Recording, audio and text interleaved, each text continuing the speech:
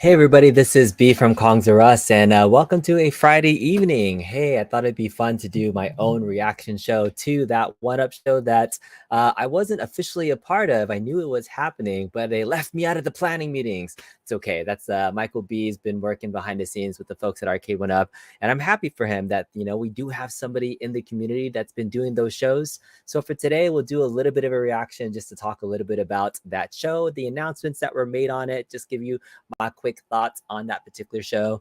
And then afterwards, I see there's already some questions in the chat. I feel like people have been questioning what I've been up to with the content on my channel and what I've been doing with Arcade1Up over the last couple of years. Like, how much have I been working with the company? How much, have I received any sort of compensation from them?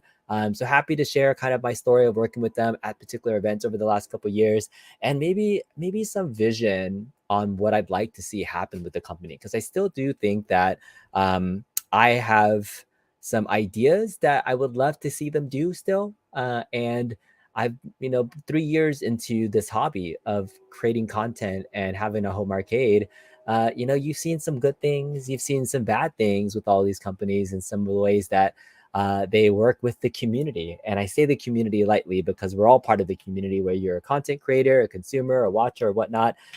There's all sorts of things that, folks call what the community is.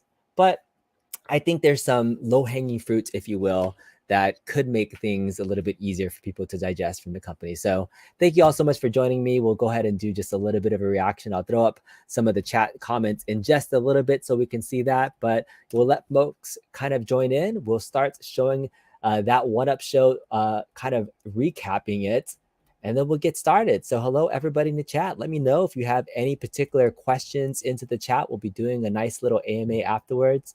And I might even have a guest or two eventually come join. So let's see who might be able to join us and see what's going on. All right, so here we are talking about that one-up show. This happened just a little over an hour ago, and they were at none other than PAX. PAX was a gaming convention in the Pacific Northwest in this. They immediately started showing a little bit of stuff there. This was it. It was announcing the Atari 50th, a couple different things happening right up front. So they wanted to get straight into it. I think from the one-up show standpoint, it's nice that they're kind of jumping straight into the product announcement, if they will. I would say the only thing that loses steam out of the announcement, because they waited this long at PAX to be able to show it, is that this has been completely leaked and well-known knowledge for the better part of the last month or so. Mike B and I actually, even the night that it actually was leaked and rumored, did a live stream already reacting to this. So it's just being able to have them get in front of all of the leaks, and you can never acknowledge anything until it's officially official. So this is now the officially official stream of it. But I don't know if there's a way they can better control that. I've asked Cyrus that in the past, and I've asked a couple other folks on what they can do to control that more. They can only control what they can control, but yeah, it always lets off a little bit of steam when they're not the ones to formally announce things.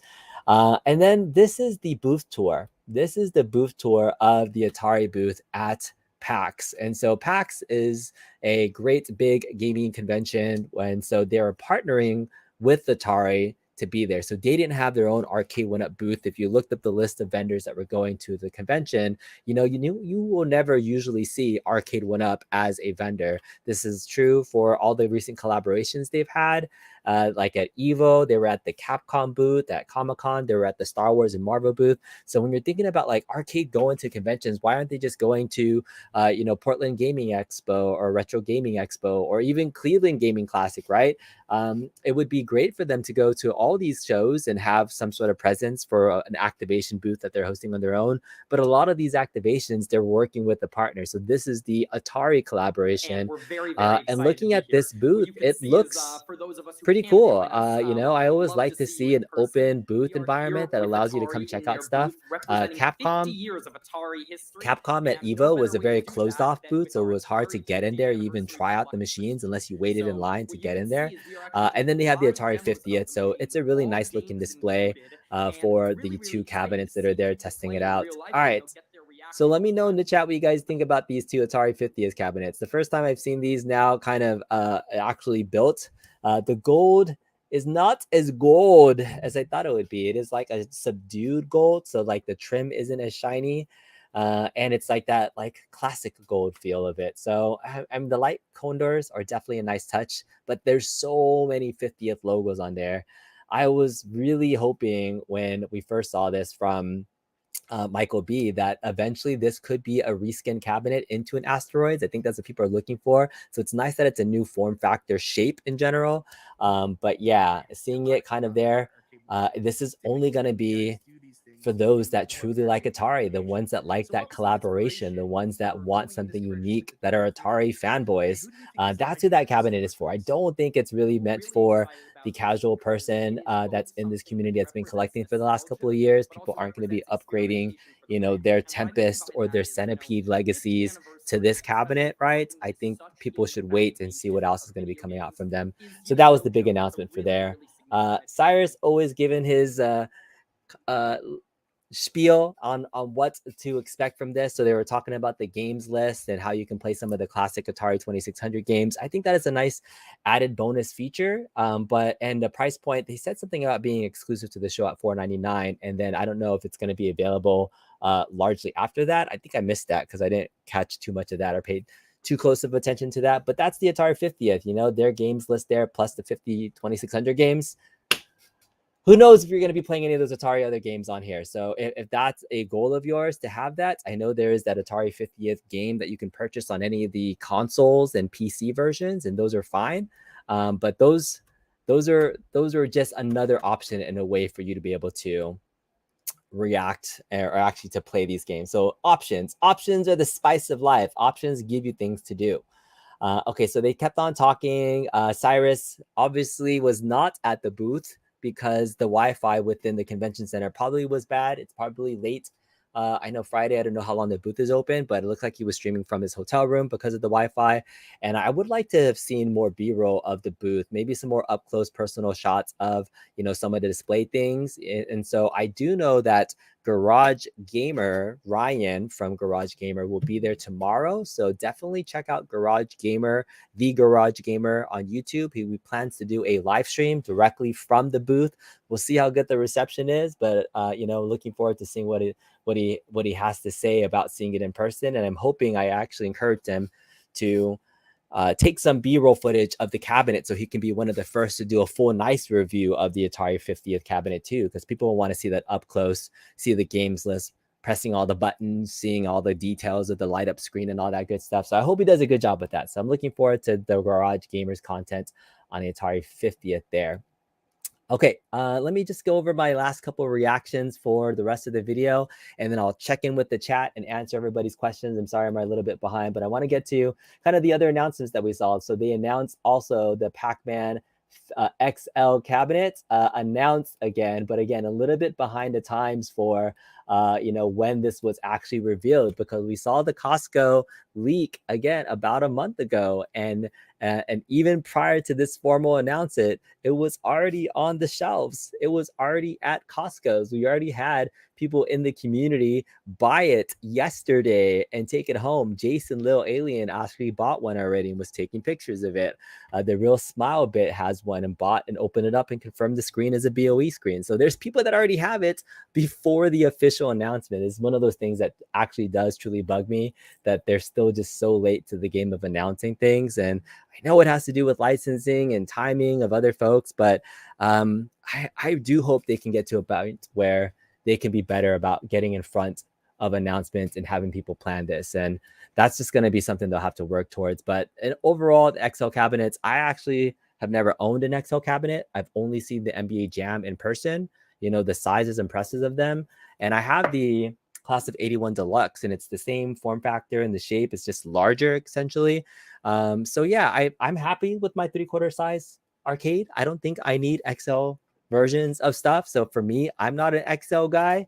So I know most people like them, but I'm actually pretty happy with my deluxe size cabinets, honestly. So I'm gonna stick with this. I'm not gonna upgrade to the larger one. So Yeah, that's just me. I'm not a huge XL person. Haven't seen a really big need to get it. I know it's a larger screen, larger monitor, but I would hate having mismatched size cabinets. So XLs aren't for me at the moment. They're not really something I've been really interested in. The other thing I was really curious about is the thing I really hate about the class of 81 Pac-Man is that the control panel and the screen are all one giant piece. And so I complained about that in a previous video where it would be difficult to get into the control panel, change out the buttons and things. If there's any future maintenance that would need to be done, that would be a nightmare. I don't see any indication that that style has changed. I think this is just literally a supersized version of a deluxe cabinet, and it's a good design. The deluxe cabinet design is great, and this is just a blown up version of it. So,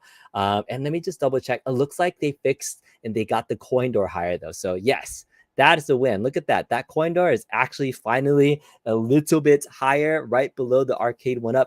And then it's not so low in the middle center, because that's what they've been doing. And I know it's because of the artwork there, but they've been centering that coin door on that lower kick plate. And then it's been so off. Like the coin door on my Ms. Pac-Man is just so low. Just want to raise it up and it should be much better. Okay, and then the last thing that they announced was the Pac-Man, Ms. Pac-Man Deluxe black cabinet design. So the black cabinet design here, it was this was the secret thing that we saw at Evo. They shipped the Capcom HS5 inside of the deluxe box of a Ms. Pac-Man. So I knew they were coming out with this version of the cabinet in black. I didn't see any other indication on the box if there was any other features that wouldn't be missing. But yeah, this is the $499 list of stuff. It looks exactly oh, it is a different list than the class of 81 list. So there is a slightly different game list. Okay, so you have Ms. Pac-Man, Pac-Man Plus, Pac-Man, Pac-Pow, Dig Dug, Galaga. So yeah, there's a different games list. I thought it was going to be the exact same as class of 81 with the Galaga one, but I guess not. So interesting there. And then I did ask the question about, will Pac-Man and Ms. Pac-Man, the official games, ever be on the same cabinet? Maybe not. So Pac-Man has a lot more Pac-Man games on it, and the class of 81, I just realized for the class of 81 cab, yeah, we only get one version of Pac-Man on there, which is Ms. Pac-Man, and no other Pac-Man cabinet. So if you're a Pac-Man fan, that would be it. Maybe that's the version that you get. You get the deluxe version of that. The black, it's I think I personally remember and have more nostalgia for the blue version, but the black one is sleek. I guess it's an official version. I do like the kick plate with the surrounding Ms. Pac-Man logo around it. It doesn't have the waterfall deck, but I know that's probably unique to the class of 81 design that I actually really do enjoy. So looks wise, the other kind of weird thing is that back wall, right? It's also pretty plain. I don't know, but the speakers are really good on deluxe Pac-Mans. I can say for sure the speakers are one of the best things about the Pac-Man Deluxes. And then the last thing about the show that they did was they just asked her a bunch of questions. Console Fanboy was asking about release dates, and Cyrus was saying not 1 in a million anymore, 1 in 500,000. He was saying a lot of cabinets are coming out in the fall of 2023. So for those folks that are interested in listening to the AMA or the question section, check out Arcade1Up Official. That's my quick reaction to the show. So I'm going to take this off and finally get to the chat. So now I can chat with everybody else and answer everybody's questions. So that's my reaction. Those are my thoughts that, let's see. 50th anniversary was a little meh in terms of the announcement, and because it doesn't really speak to me. I would say it's for the people that are Atari fanboys, and it's not for any community folks. I would be super interested if it ever got reskinned as an Asteroids cabinet. I think that would make sense with the cabinet design. I think most people would really go for that in the future. Pac-Man XL, not for me. Not really excited about that at all. I don't really need XL cabinets. I know that if you have different size cabinets, it's like a real arcade, but for me, I'm happy with my class of 81 Pac-Man. So I don't see a need to upgrade personally. And then the Ms. Pac-Man one, again, no need to upgrade. I like my double-sided Galaga Ms. Pac-Man art. That's just for me. So those are my reactions to everything. Okay. All right. So let's get to the chat and say hello to everybody. I'm going to try to answer rapid fire mostly through everything. I know people are here. It's been tough to have people here. Start saving your money for what's left of 2023. Is a lost cause. 2024 is where all the leaks are at. Leaks are here for sure. Leaks are here. All right, let me get back to the beginning and see what's going on. All right, Constorm says, your entire announcement slate leaks during the week. There's not much to be surprised about. I agree. Manuel the Wise Guy says, B, thanks for all you're doing for sharing the Time Crisis cabin content for the community. Do you know when Star Wars Pinball will be at Costco and how much it will cost? I think it's still $749. I don't know if it's going to be cheaper than that. I hope they do a Costco discount and it's like $700 or cheaper.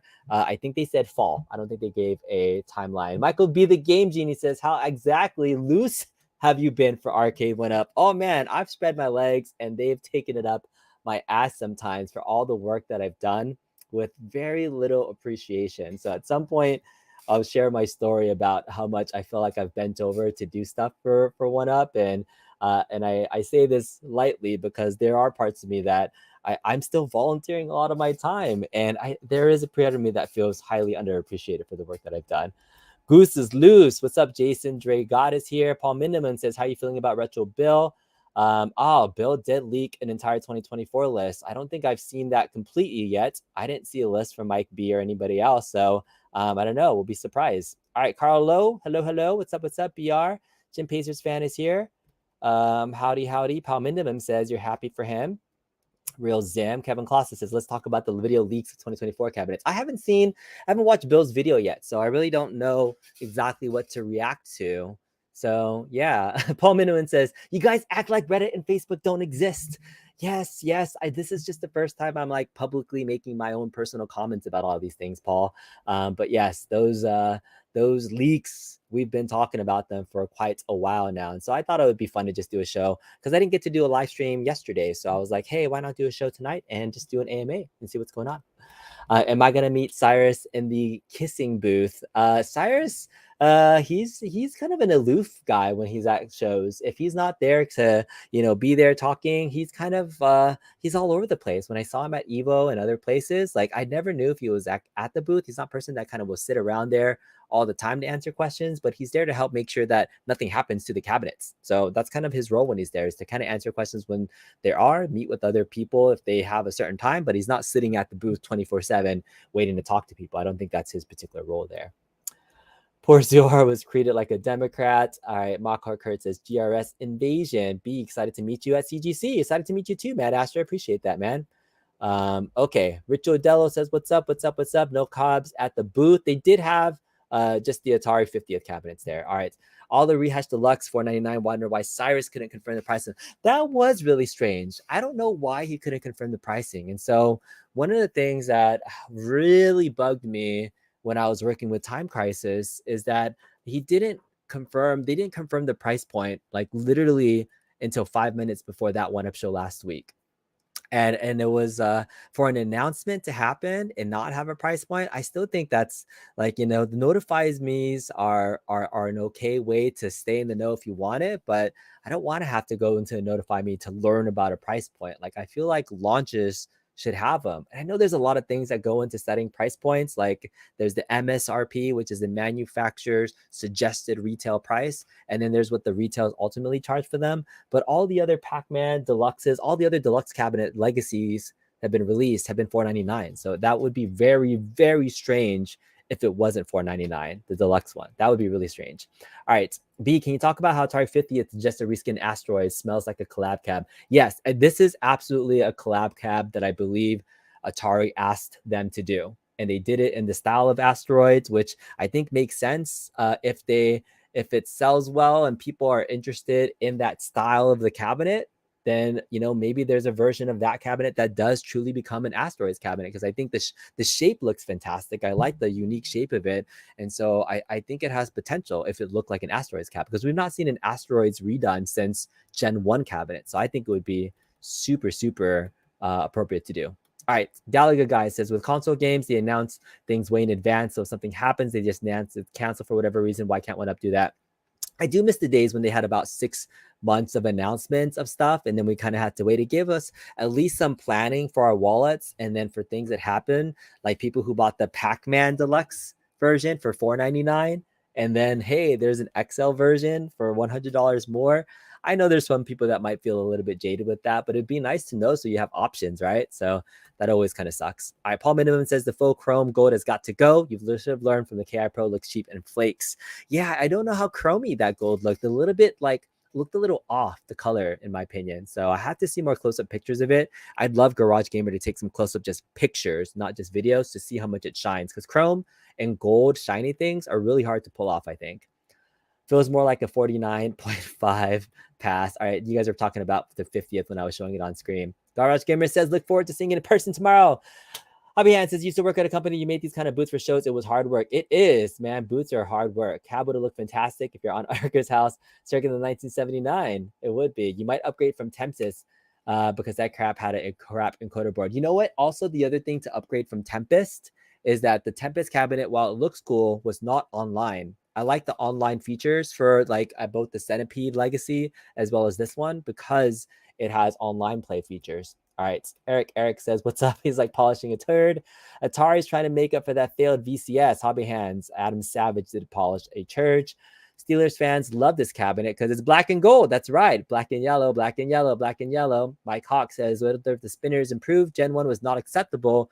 Pong Countercade had a nice one. I feel like the spinner on both my Pong Countercade and the Tempest were okay. They're not the best, but they work. They definitely work. Is Michael the unofficial host for 1UP? He is. I think for 1UP date shows and for future that 1UP date show. What is it called? Arcade1Up date is supposed to be the community show where Travis used to be that person that was like a liaison. So I think Travis had tried to make Michael be that person, but he has helped with the last two that 1UP shows. Because if you couldn't tell, on those that 1UP show announcements, they do need a showrunner. They need somebody to really help them. And Mike is really great at hosting. And so he's just playing host at the moment. And he's doing it because they straight asked them to do it. And he was happy to help. So I'm glad to see him in that capacity. So, and he is doing it essentially because they asked and not much else. Shinobi says, how does downloading games work on Atari 50th? Sorry, you just got here, so you might have missed the info. I don't know that information as well, so I apologize. I don't have that information. I would definitely check out the Garage Gamer to find out more information about Atari 50th tomorrow. Solid Gold Dancers. All right, let's see if we can get to some questions. If you have questions, put a question next to it. Pac-Man XL looks hot. You thought you'd never be buying XL, but here we are. I'm glad some people liked it because XLs are definitely not for me. High Hawk says, we delivered feel. We didn't have any reveals on the stream as all product or stores and announced. At first, you're a little interested in finding out all those games or 2600 games. I'm just going to try to start scrolling down to see if there's actual questions that I can start answering. So I'm just going to start scrolling down, mixing picks of Pac-Man Deluxe with XL picks. Even then, they can't keep it straight. Deluxe needs to die. Oh, they're mixing picks of them. Is that what you're saying? Interesting. When does the Ms. Pac-Man XL come out?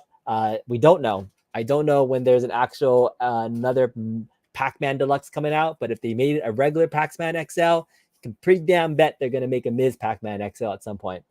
All right, got to upgrade B. Folks are moving to XL because their size shape they've always wanted. I'd have to, I don't know. I don't know. I like them all kind of like the same size and how much space I have. I'm very much mindful of my space at the moment, and I don't have a lot of it. All right. This is even 7 inches wider, towers over your 3/4. You have to admit, Deluxe is actually pretty good, so you won't upgrade every cast unless it needs a 19 and making this a multi-vertical. So Jason Little Alien actually has one. He has one. He has an XL cabinet. Jason Little Alien, I don't know if you've ever been on a stream before, but since you have one, it would be really cool to have you, maybe showcase more of it. Would you be willing to come on and maybe show it off a little bit more if you're still in the chat? That would be really cool to have you come on, man. That would be really awesome to have you come out. Put a 1 in the chat if you want to see Jason come onto a stream and show off the Pac-Man XL because he has it in person. That would be really cool. And then I can jump around to chat. All right, I'm super behind chat now. About 10 minutes behind. Always include Rolling Thunder, damn it. Kind of like Ms. Pac-Man, the black version. Paul says, did you notice this during the stream how many people were confused if they were seeing Deluxe or XL? They definitely have a form factor problem for sure. All right, let me see if I can just send a quick invite over to Jason because I think that would be cool. I think that would be awesome to have him come.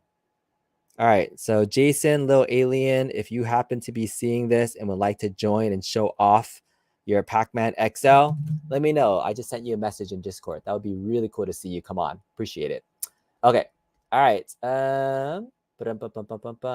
Where am I? Okay, here we are. All right, you'd like to see the XL next to a physical Baster. Yes, it's 5 inches lower than the real machine, same size screen, same size marquee. You gotta make some more content. We gotta post more pictures, Jason. With you on not having different sizes, XL is just closer to real. Yep, agreed that.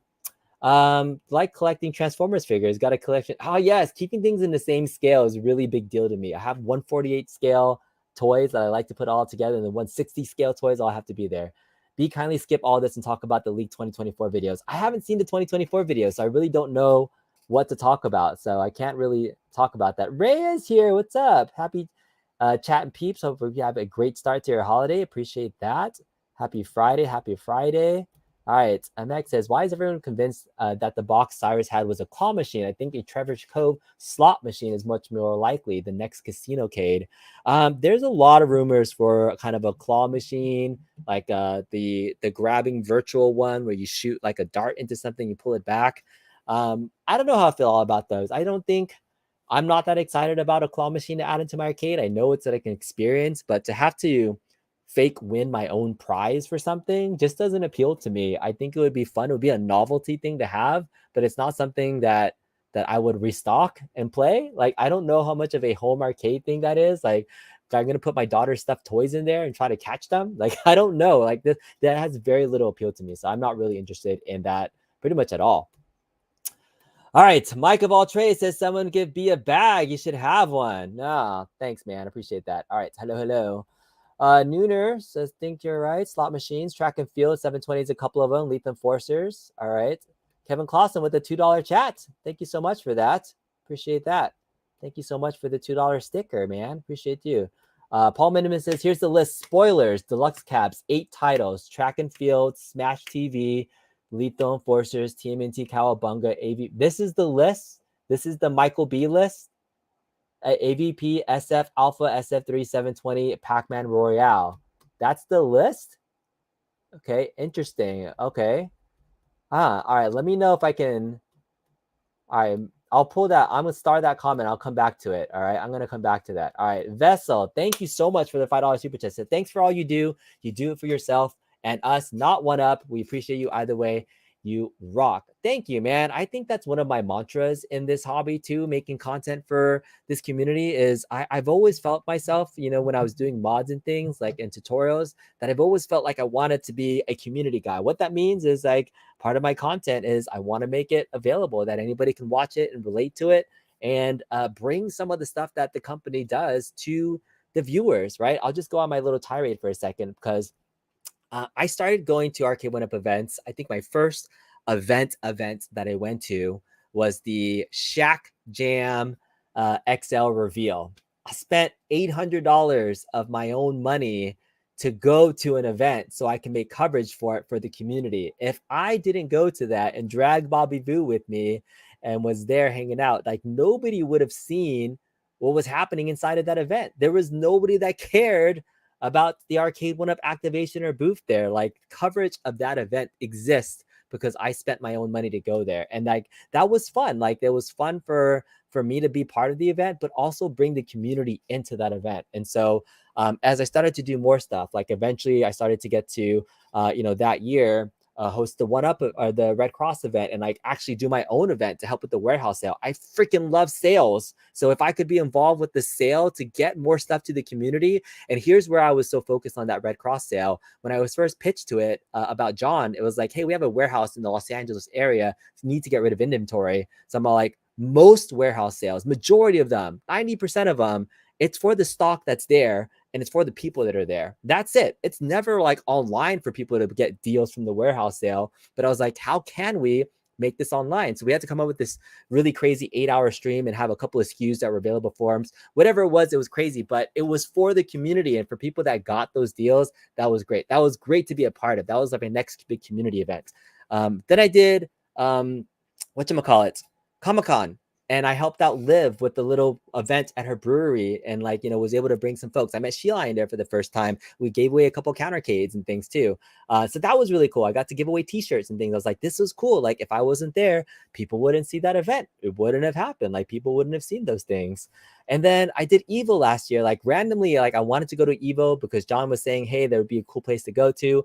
I knew a bunch of people were planning to go there, like Moat and other folks. I was like, even if nothing happens, it'd be fun to check it out.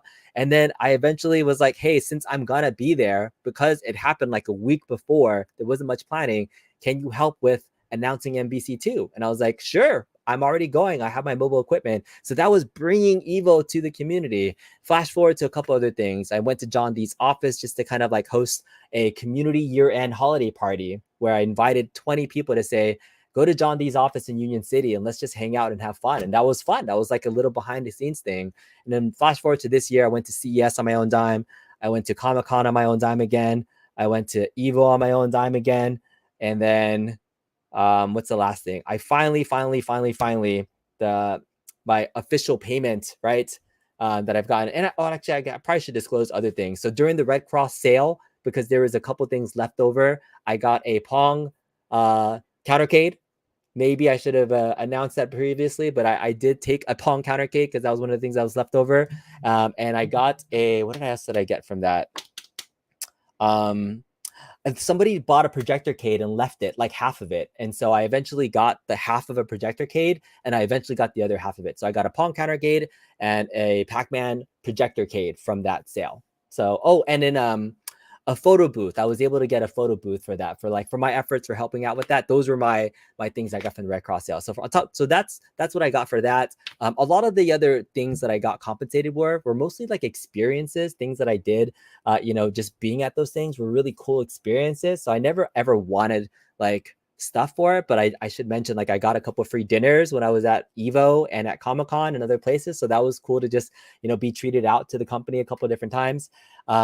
But yeah, I still traveled on my own dime. I still went to all those things. And then finally, like, I guess what you can say the main compensation I've gotten was the Time Crisis cabinet that I got recently. And I chose to not just have it in my house and do a review, but I chose to want to bring it to the community and make people do that. So that's my story. I know that was a long little spiel and I should be answering questions, but I feel like I hope that makes sense on like why I do the things that I do, because I feel like I want it to be more community centric. All right. Galaga says, 1UP may make you feel unappreciated, but we love you. Thank you. I appreciate that. Appreciate that so much. Okay. All right. I'm going to skip down all the way down to the bottom and just start getting caught up with chat, because I appreciate everybody that's here and seeing if there's any other questions that are here.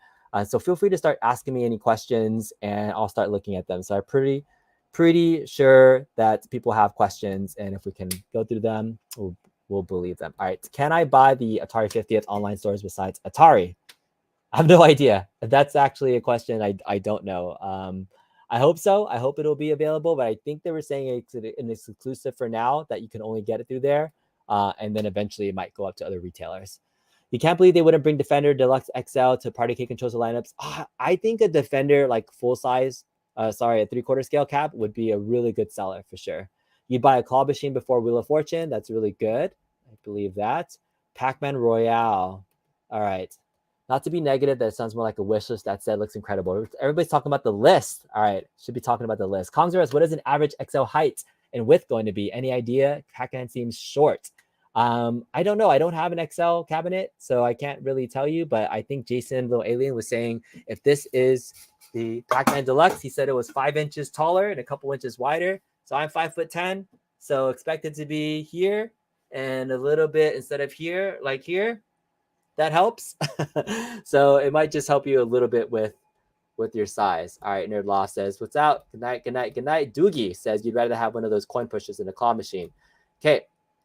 All right, so what else? What else do we have? Oh, you're an Atari fanboy here. That means you're going to buy one.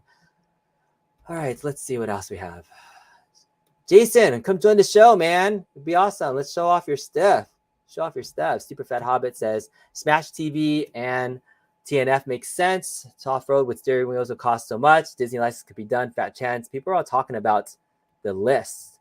John D's office to play the KI control deck where you said Fast and Furious on the whiteboard board. Yeah, that was another thing that I did when I first did my first office visit to John D.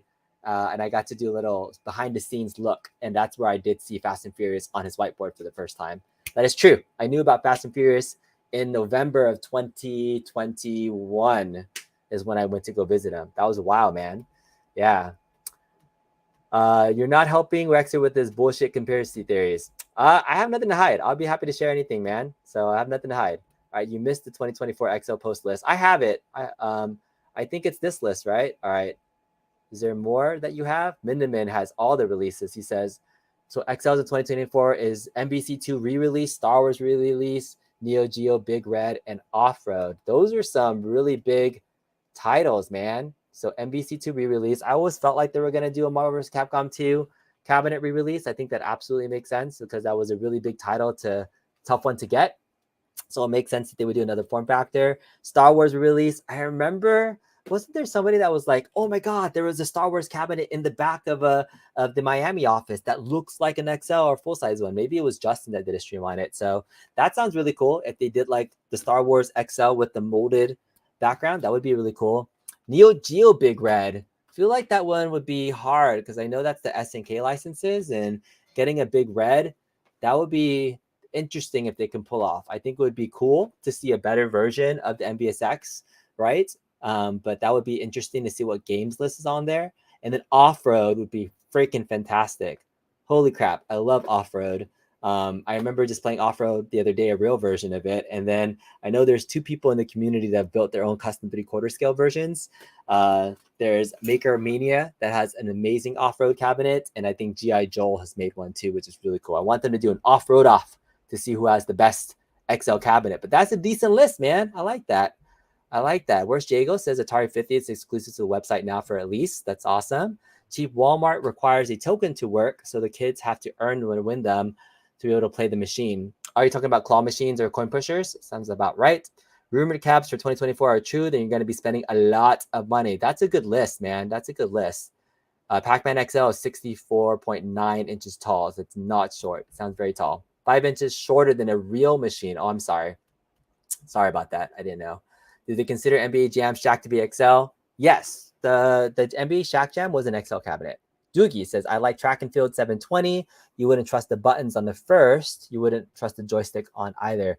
A 720 with the joystick, that would be really interesting, right? I don't know if they can use any existing technology to pull that off, right? I don't know what type of controller that is. I don't know if it's a dial on the inside. Actually, I don't really know what type of mechanical controller that would be. Most similar to like a spinner on the bottom, but then kind of like a little dial thing on the top side is what it would look like. But it would need some like resistance. I've played a 720 and it kind of has to have some sort of resistance, not just be like a free spinner. So that would be the most interesting thing on the 720. And plus the design of the cabinet for 720 with the stereo big beatbox. I think it's like a cool looking cabinet. I would argue to say, because I'm a 90s kid, I don't relate to 720 at all. Besides it looking like a cool cabinet, I've never really played it that much. So it's not a cab for me. I don't have that nostalgia for it. Pac-Man XLs look good. Little Alien, do you have numbskull Pac-Man to compare against? Yeah, Team NT as well. He does not have the numbskull. Mike says, B, are they letting you keep Time Crisis after it finishes its bar tour? Are you planning to mod it? Yeah, I can do whatever the hell I want with Time Crisis. Like, I could have just kept it at my house and not even shared it. Like, that was completely 100% my idea to put it out in a public place to share it with the community. One of the main reasons is because I'm pointing at my point blank cabinet right now. I technically made videos saying I don't need the Time Crisis gun because I have the real ones. And I still feel that way. I don't know if I technically need it. After seeing it in person, I think it would be a nice complement to my point blank cabinet because I have a point blank themed cabinet, and then which is my multi-kid shooter. And then I have that game where you can flip it on and play point blank really quickly and easily. So it looks really nice as a 3/4 scale shooting cabinet. If it just had a bigger screen, like a 19-inch screen or something bigger, I think it's like a fantastic 3/4 scale representation of Time Crisis. Like, it looks a lot better than I expected. So I'm a shallow arcade gamer, and like I like the way my arcade looks. So I like the lineup of stuff all over the place. So I'm debating about what I want to do with it. Like, I don't even need T2. I could play that game on here, but I like the way T2 looks. Might look really cool next to that. So I don't know. I might keep it just because I really like it. But otherwise, maybe I'll be crazy and do a giveaway locally because I'm definitely not shipping it to anybody. But we'll see. All right, Bish Salad says Neo Geo. Big Red would be an instant buy. Would include a memory card. That would be cool. 18-wheeler. Ooh, that's a nice one. What about AVP SF3 Smash Roboton Tribute? Those are interesting titles. I mean, my goodness. Mr. 19K Fox would shit his pants if an AVP came out. So that would be really cool. We've heard SF3, Street Fighter 3, and Alpha being rumored for a long time. I would argue as great as those titles are, they are not very nostalgic arcade titles because they became more popular after the arcade era. So even though I've seen Street Fighter Alpha and Street Fighter 3 cabinets in the wild sometimes, like I feel like that was, I don't know how many people would be like jumping to get an SF3 cabinet. Maybe because it's now a freaking cultural legend. It's considered one of the best fighting games of all time, Street Fighter Third Strike. I think that's on Maximilian Dude's top fighting game of all time is Street Fighter Third Strike. So yeah, it's on a couple people's top list. So that would be really interesting to see. Smash TV, Robotron, fun cabinet, dual stick, a game. I think I have more nostalgia for Smash TV. I don't remember playing it a lot though. I really haven't. So that one is one of those where I think it will look cool, but I don't know. The only thing that I would really potentially get out of this lineup might be the SF3 cabinet, maybe AVP, because I think I would be casual playing the Alpha 2 series games on there. AVP would be fun too. AVP would be a fun game. I really like that game. These are all the rumored stuff. Okay, NBA Jam was 66 inches tall. You would tip over unless it was an XL. Doogie says you're talking about the abuse the buttons and sticks takes on those games. Bish says 720 joystick is optical analog joystick. Maybe the joysticks would work. Hey, that's not a bad idea. So like those optical 49-way sticks could be programmed if done correctly for a 720. That would be cool to see that application for that. All right, before John D left, did he secure licenses for 2024? Thanks. I don't know. I think if that list is true, the one that we're talking about, and that was the list that Travis saw that he shared with Michael B, that would have been something that could have come from John as a roadmap. So I don't think it's like about if they have the license. I think it's like a potential roadmap that exists in some alternate universe where if John D was still with the company, this could have been it. But I think all things are off the table now. We really don't know the direction of the company right now, of their roadmap, and like lists like this would be really interesting to take a look at. All right. Zvesel says, FYI, there's 2,600 games on that listing on the entire website for the 50th. That's it. All right. I think I need some backup. Because it is absolutely the time of slot of another group of dudes that would normally be streaming at this time. So they just decided to jump on and say hello. So what's up, D-Love and Michael B? What's going on, guys?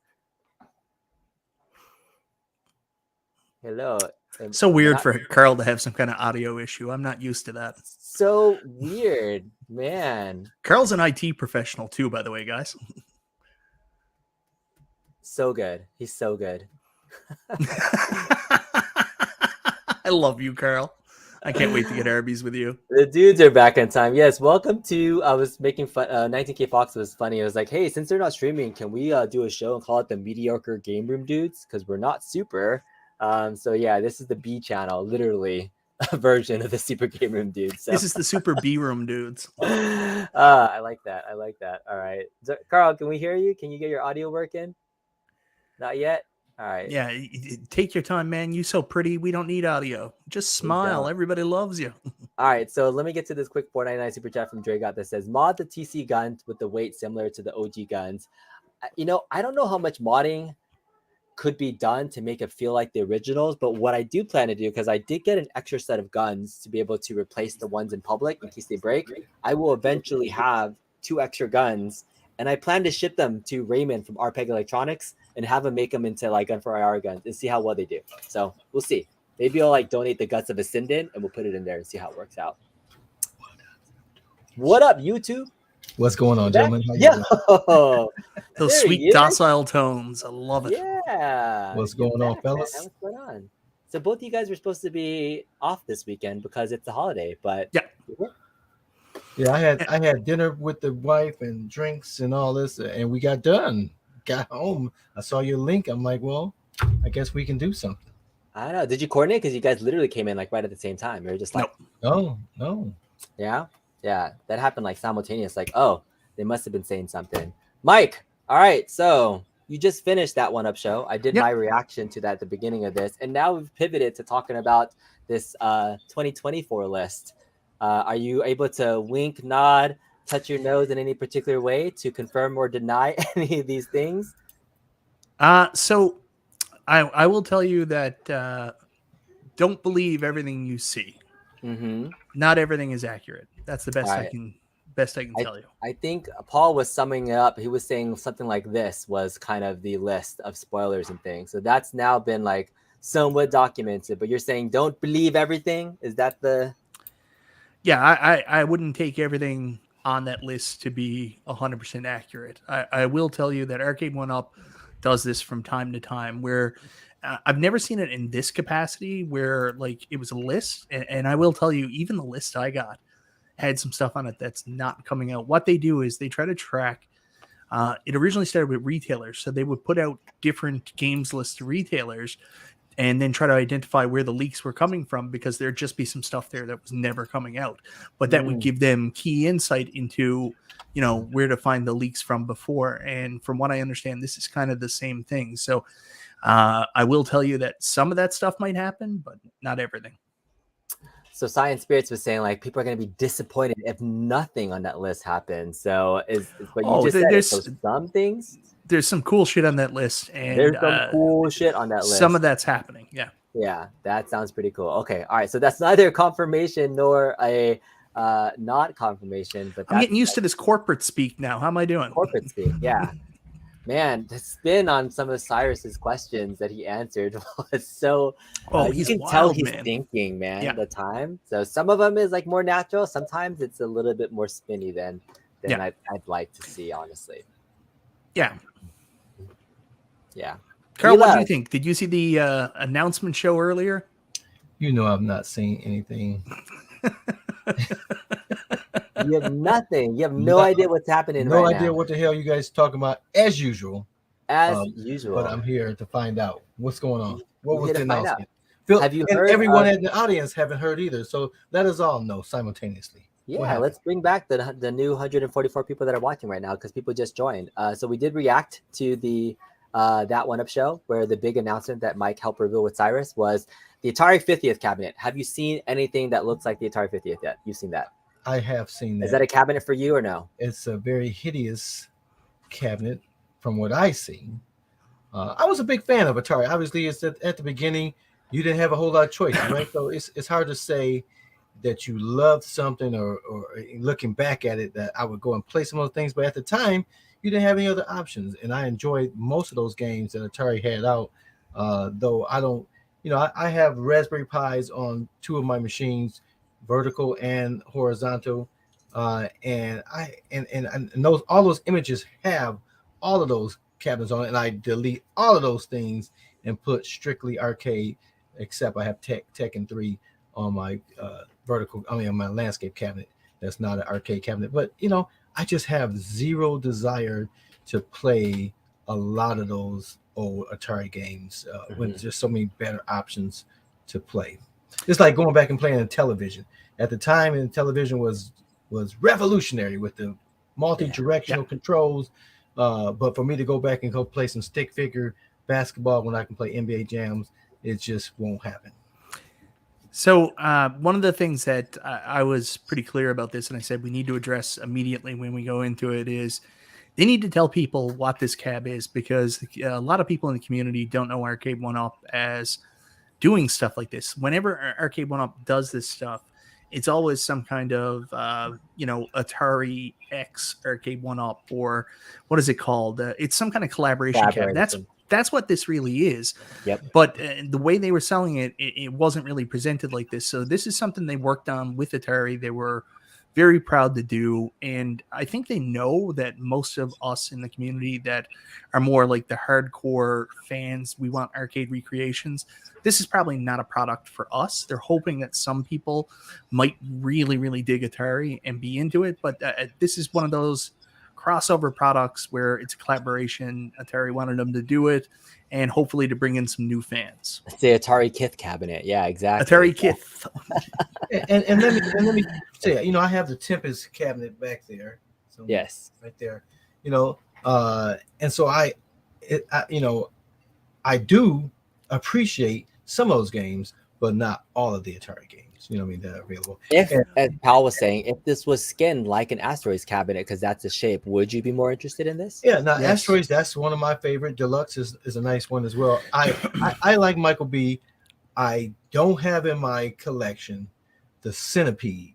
If they brought a vertical Centipede, I would buy it today.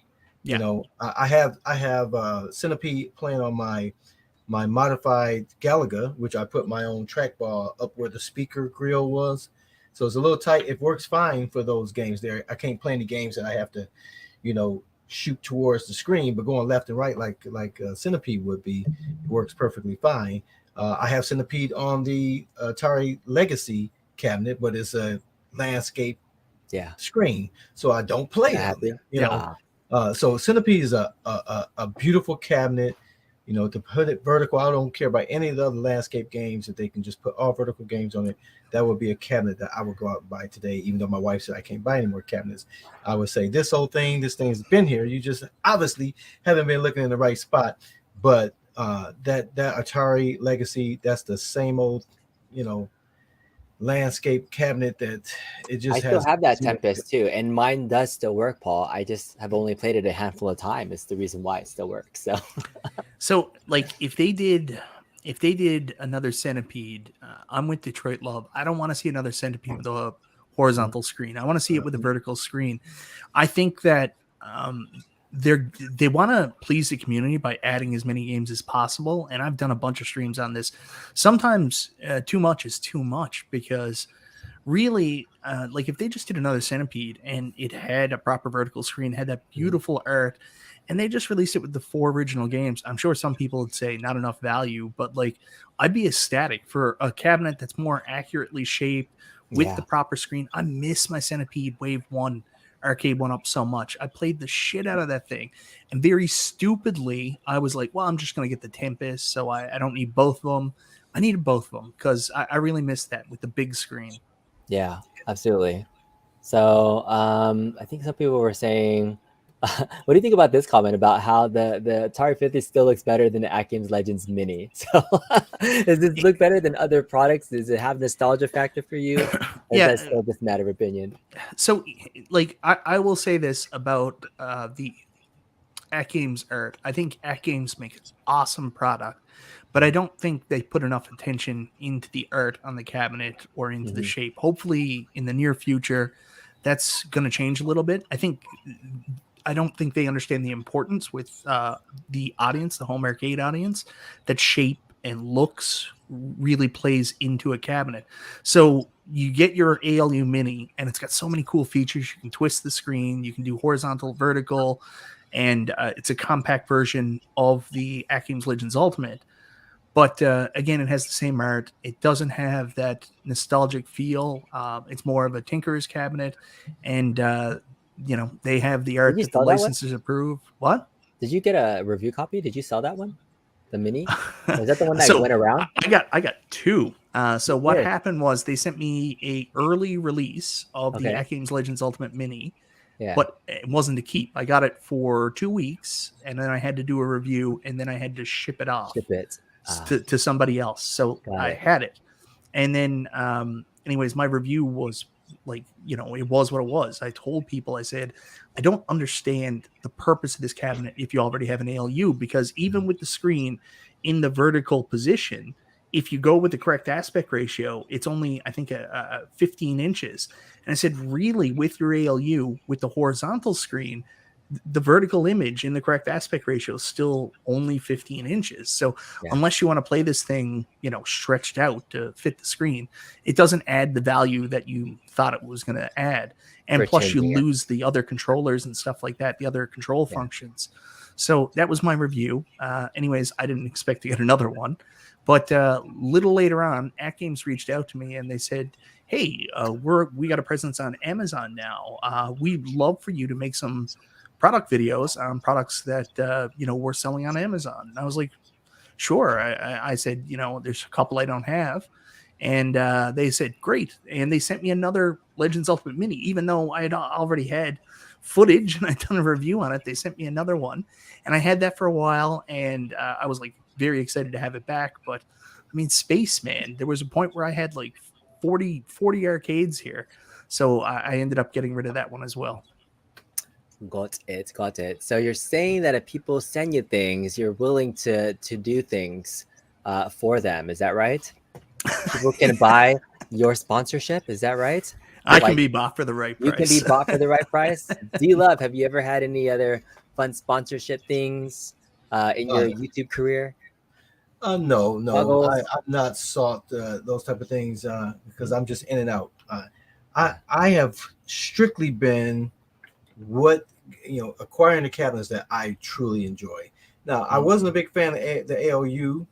I thought that I didn't quite understand it until I heard about the coin ops, and so I gave it a consideration after coin ops. Like Michael B, I have the 1.1, so it has that plastic, artwork that you attach on with these little clear screws.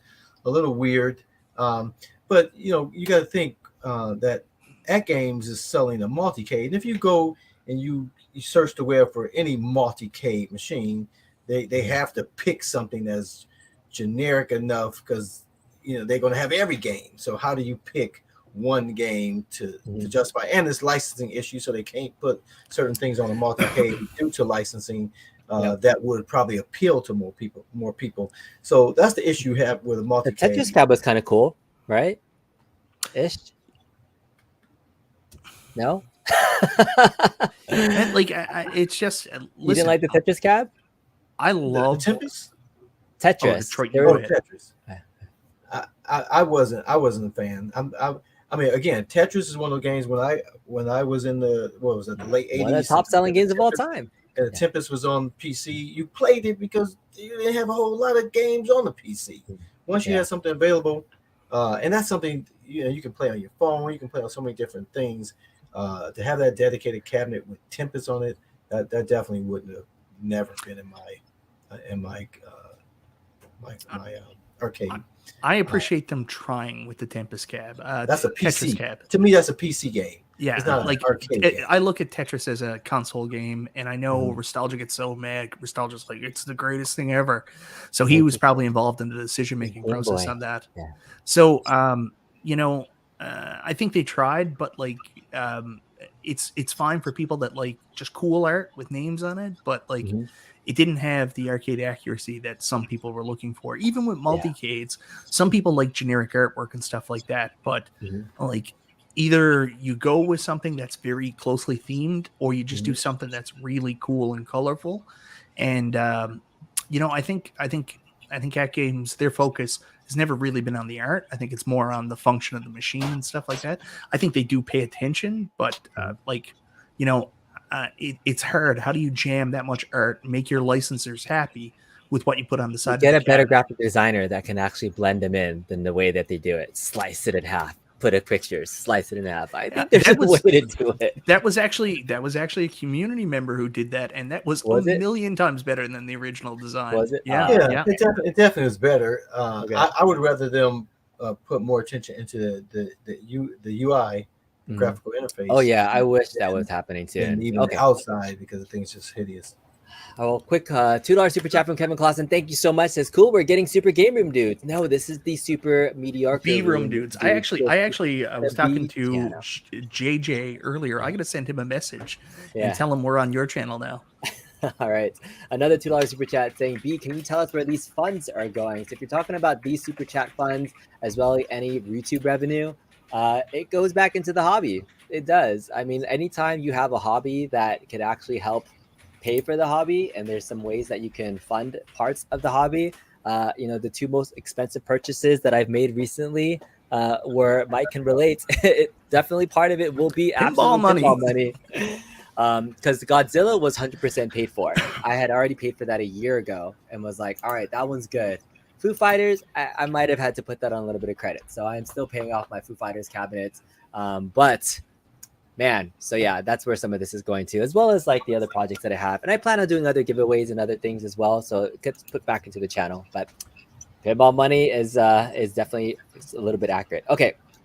Also, Fanboy with a $10 super chat. Thank you so much. Says, sorry to push the subject, but the omission Mortal Kombat XL from Bill's retro gaming video is very odd. Not sure why it won't be coming next year. By the way, if you haven't seen Bill Retro's video, definitely watch. I haven't watched that video completely. I think that's where the source of a lot of these 2024 leaks are coming from the chat. Is that, have you seen the video? No, I haven't seen the video. People have sent me stuff today. So Bill got out early. Bill did a video. Okay. PD7 also did a video as well. Guys, go check out Bill and PD7. Yes. Great guys, great community members. Go give them a watch. They did this stuff. So, yeah. But anyways, what I wanted to say was, again, with that list, it's not 100% accurate, and there's probably more stuff coming out than what was on that list. Right there. That's a good point. That was a good point. Yeah. Guy Mike Worley did one as well, so go check him out. Really super nice guy too. Bad guy Mike Worley. Yes, love those guys. Love those guys. There's a comment here from Sonic420. Can you bring that up? Okay, this one right here. Yeah. Here. Oh, what the heck's going on? All right. Man, did you hear John B is gone from Arcade1Up? I didn't even love know John B man. worked at Arcade1Up. John Bon Jovi was working at Arcade1Up. Funny enough, did you know that Console Fanboy used to be a music writer for the legendary John B? So, yeah. There's another comment there from Paul Minderman I do want to address directly. To tell you the truth, Paul, I found out today my list was partially inaccurate. So there it is. There it is. All right. Let me know if you have any other questions, particularly for me in the chat. Happy to answer anything else that you guys have. Verse Jago says the bad guy, not PD7. Oh, that's what you're saying. Got it. So it's the bad guy, Mike Worley. Did you get them mixed up? Is that what you did? No. I know. There's another thing I wanted to mention too. I'm sorry for talking so much. Carl, you're used to this because I talk a lot. But this was a really weird stream to do today as well, because there were supposed to be two surprises, like Pac-Man and Miss Pac-Man. Even though, like, obviously Pac-Man XL was already out in the community, some asshole leaked that a couple months ago or about a month ago. So, but no one really knew about the Miss Pac-Man Deluxe. It's something that seemed to be canceled. So those were supposed to be surprises. So first off, of course, Pac-Man XL gets released by Costco earlier than they expected. So you're like, oh, well, that sucks. And then, of course, Arcade1Up themselves released the email notification about Miss Pac-Man before the show. So here we were going into the show with two surprises to tell the community about. And, then we had zero surprises. So we tried to make the best of the situation and tried to laugh it off. So hopefully it came across that way. Yeah, maybe using some of that language of like, and we have another surprise for you. Maybe like another announcement. Maybe you'd not use the word surprise. So, well, that was to make fun of the fact that we no longer had the surprise. Supplies, I see. Got it. Yes. So, and this is the one that I did know because funny enough, they shipped the HS5 box inside of this Pac-Man Deluxe box. So, that was a fun time. Just really quickly, you want to bring up the comment from Jerry D? Yeah, I love Jerry D. Jerry D's awesome. So why was he an a-hole for leaking it? I'm making a joke. I was the one who originally leaked the Pac-Man XL. And that's no joke. That's no joke. So I was an a-hole. It's a joke, man. Yeah, I remember wasn't that around Evo time frame too? Yeah. Because you kept saying like, oh, there might be like this other rumor. Because people in your position, you have like a lot of scouts. You have people that send you pictures and stuff all the time, right? People do that. They like people in the community. There's great people. Constorm Entertainment actually sends me a lot of stuff, which is really cool too. Yeah. And, here's this up and coming like YouTuber, and he's like, "Hey man, wanted to share this with you," and I'm like, "Wow, thanks, man!" Like, so it's cool to see people send messages back and forth like that. Mm-hmm. Yeah, Constorm Entertainment definitely has some good stuff. I get messages from it too. He says, "Oh, got it, JBD, got it." Yeah.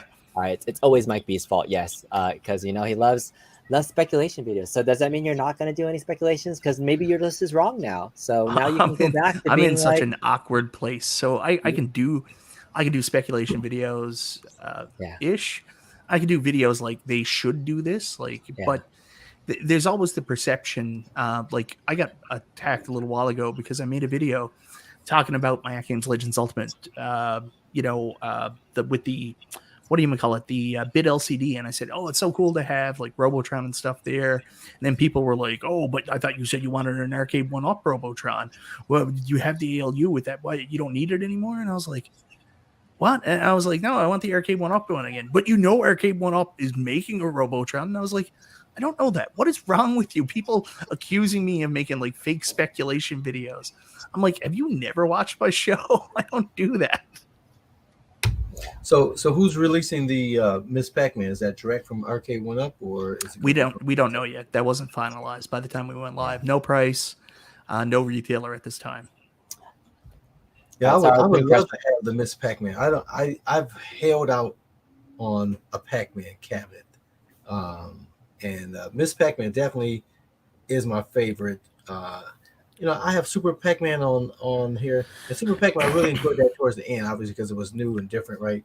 But I never played a Super Pac-Man, but I always go back to the original Pac-Man, but I prefer the fast Pac-Man more than the original. But definitely Miss Pac-Man still today is a great classic game to just enjoy. Someone asked me, I think it was, where is it? It's gone by now. I'll bring it back up. Sonic 42.0. Michael B doesn't look like he owns arcades. Okay.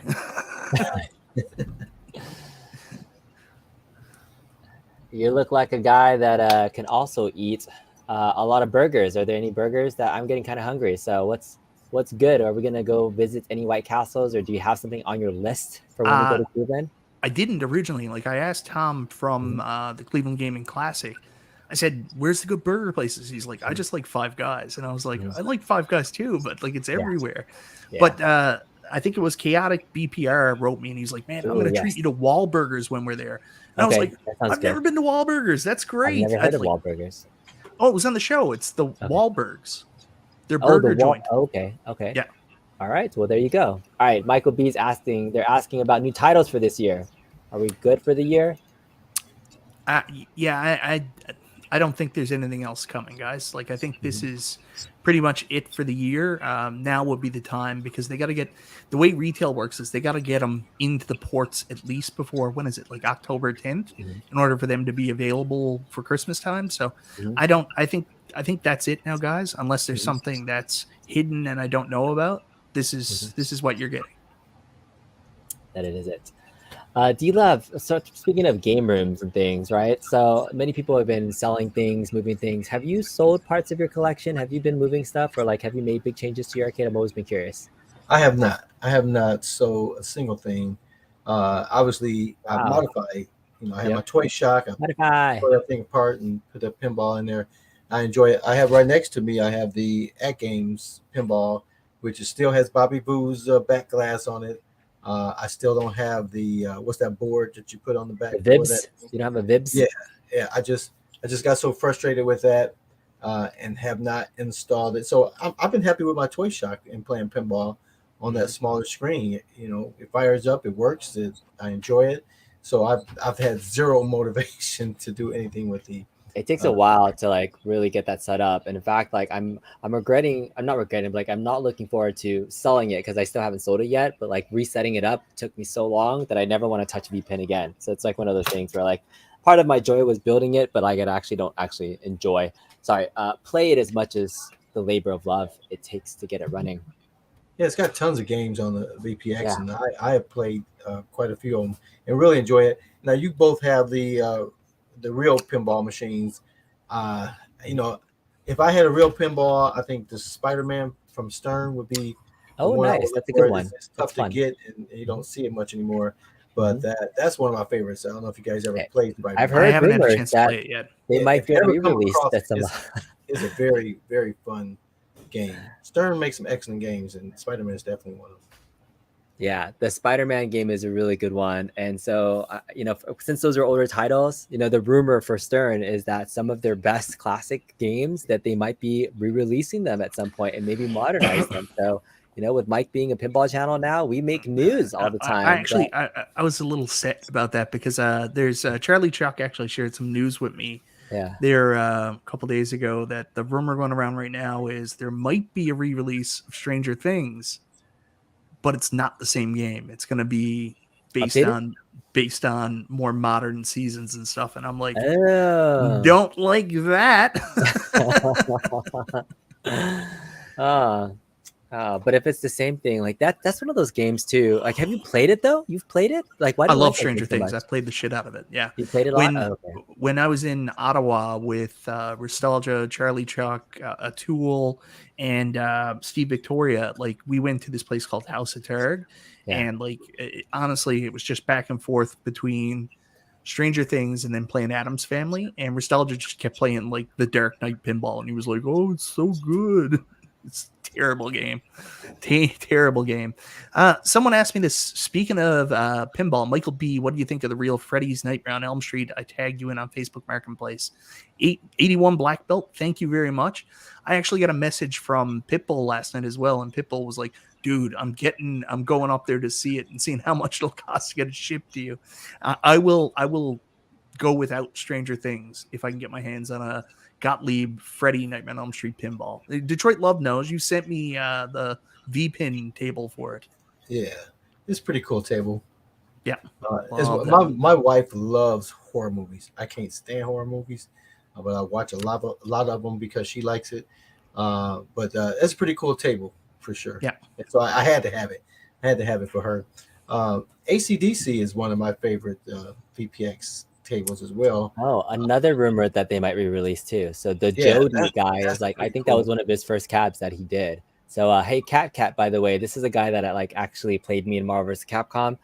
Get your ass on the cab and let's get some matches in later on because I need to get some revenge on you. Have you ever been put in a Marvel vs. Capcom Infinite combo by somebody?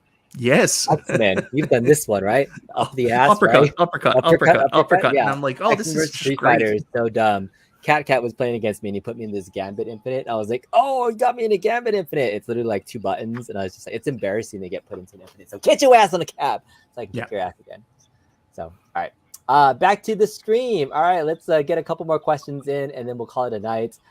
Jerry D says, now that John D is not with Unup B, remember when he told us at the brewery event that Dragon's Lair was limited to 3,000 units? I don't remember that specifically, but it sounds about right. Do you know about quantities? I don't know anything about quantities. Nothing makes sense. Like people say, like, oh, it's only going to be 3,000 units, and then it comes up at available retailers. I don't know if they go back and get more made. Like we were told there was only going to be 3,000 units of Burger Time. Yeah. And then through the shipping thing, it looked like there was 2,897 sold. Then all of a sudden Canada gets a big shipment of them. You can buy them anywhere. And I was like, glad I paid $500 for shipping and duty. Yeah. Oh, Matt Asher makes a good point. What if it was like never ending story music and like Vecna stuff? Like, wouldn't that be fun? No? And like running up that hill with Kate Bush. I mean, that'd be fun. If it's the same game, but like I don't know how they make the same game and implement these new. Maybe it's things, like new pup pack stuff. Like maybe it's just like maybe Jurassic it's an add-on mode. Yeah. Maybe it's the same as Jurassic Park 30th, where it's just the art changed, and then they try to charge you an extra like $7,000. That probably sounds more about right. Like I think it would take a lot to do that. All right. And Acceptable Friends wants Tales from the Crypt or Medieval Madness. Those are some really good classic tables. I actually found out one. Our pin guy map or pin map actually updated, and there's a Tales from the Crypt playable at a bar downtown here called the Rock House. So I'm going to be playing some Tales from the Crypt relatively soon. Nice. Is that the one that you were playing in Chicago too? Tales from the Crypt. Oh, I love Tales from the Crypt. I played it at the Ottawa Pinball Museum and actually broke the machine. Did you? Balls got stuck and you couldn't get it out. Yeah, you were just like nudging it too hard, right? Like you're a bad. I don't Santa. nudge. I don't you're nudge. You're not gonna do the bad Santa nudging. Huh. All right. You push your pelvis, huh? You push your pelvis. That's right. All right, D-Love, do you ever go on pinball map? Do you actually get out and like play real pinball tables? I did. I think Justin mentioned that app, and I loaded up, found a pretty cool arcade that I literally drove by every day, and never knew it was there. You know, because they have 0 markings on the outside, and it's pretty good app to use to find local, places to play. Now I'm at the end of this month, just before Now, I wasn't able to go to, where'd you guys go, Michael B? Where you guys met up the first? Chicago. Chicago. I wasn't able to go last year because I was in Columbus, or I had to go to Columbus around the same time because we had this IT seminar. And this year is the same way, it's back to back. But here it's going to be in Detroit, and it's going to be the 19th, 20th, and 21st. And so literally when I get done with that, I'm going to jump on the road. Hopefully I have nostalgia in the ride with me, and we're going to head out to Cleveland. But we are, one of the events that we have planned for that is to be at this Checkers bar downtown. It has some really nice cabinets and some really great pinballs there. So I'll get to play some pinball just before I get on the road for those 2 days. Nice. And then we're going to be doing a lot of pinball. I think that's going to be on the agenda. It was last year, so that was really fun. A couple of different things I want to address with folks. Said, who was it that was saying that we're dicks because, you know, Super Game Room Dudes is here? What? Did I miss it? No, where'd it go? Well, you have a Jeff Odison saying like, no, this is why there is no SGRD. This is the Super B Room Dudes, man. No, so no. We the true story is like, P-Dubs just messaged us this week, and he was like, guys, with the long weekend, there's no point doing a show. I think it's best if we just give everybody a break. And we were like, sure. Then I was talking to P-Dubs today, and P-Dubs was like, oh, man, so much news with, like, I forget what it was, but he sent me a list of stuff. He's like, I wish we were doing the show tonight. I wouldn't be surprised, man, late tonight if you see P-Dubs pop up at, like, 1 o'clock in the morning. He's like, hey, dudes, I'm here in the loft. Let's go. Here comes the loft report. Here it is. He said, where's nostalgia? So he's like, no, I'm doing my thing. So thanks for the $5 super chat. Ezekiel, the Chicago Retro Rangers, rebranded. Ezekiel. Yeah, it's a cool logo. Hey, I was talking to him about it yesterday. Yeah, that's a badass logo, man. I like that. Really Thanks cool. so much for the $4.99 super chat, man. If you could find your way to become the Cleveland Retro Ranger, it'd be awesome to hang out with you again. That was really fun to see you back in Chicago. So always appreciate you. Matt Asher was talking about pinball spreadsheet on Facebook because Matt Asher is going, so he's spreadsheeting the heck out of that. He even made, I think you made even like a, hey, let's do all these things, and so there's people that are planning events like. If you're going to Cleveland, I love planning. So Matt Astor, if you want to be the event planner too, that would be awesome. I love that. He found me a Halloween I can get my hands on. Hopefully it's working when I go. Nice. All right, Biggie D is in Light Tales from the Crypt. How dare you, Biggie D? I'm the kind of person online that if you don't like something I like, obviously we have major beef. It's all the same, man. People like different things. A lot of people don't like. I've watched a lot of videos on it because I thought about buying Tales from the Crypt, and a lot of people don't like the shots. They say it's a weird, hard table, and theme plays a big deal in pinball. Like you don't want to say it, but theme is very important. If it's not a theme you can get behind, sometimes you just don't like the table.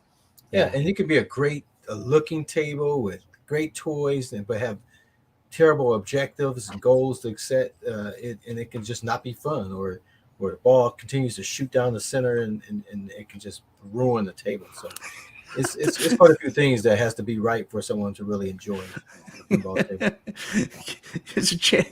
Can you bring up Kevin Clausen's comment? This one or a different one? No. Further down. Here. Last 2 videos PD7 made, he wasn't walking. Don't like the direction his channel is taking. He's never going to get his steps in now. You don't like him going west? Does he need to go east now?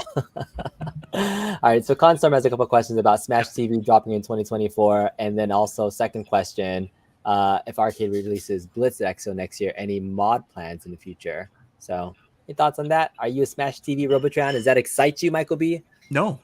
If they release Smash TV, I'm going to be like, okay. Okay. If it was a Robotron, obviously they'd be if it was a Robotron, but like here's the reality of that, and multicades, this is where it's tough. Even if it was a Robotron, the sticks are going to have the 4 sticks like Burger Time, right? Mm-hmm. Because it's got to be a 2-player cab to accommodate the other games. So even if they did a Robotron, it's not really going to be Robotron. You're not going to be centered while playing. You're off to the side. So Smash TV looks like it's probably pretty probable for it to come out. No, people love that art. Love that. I'm selfish. I want a Robotron. Sue me.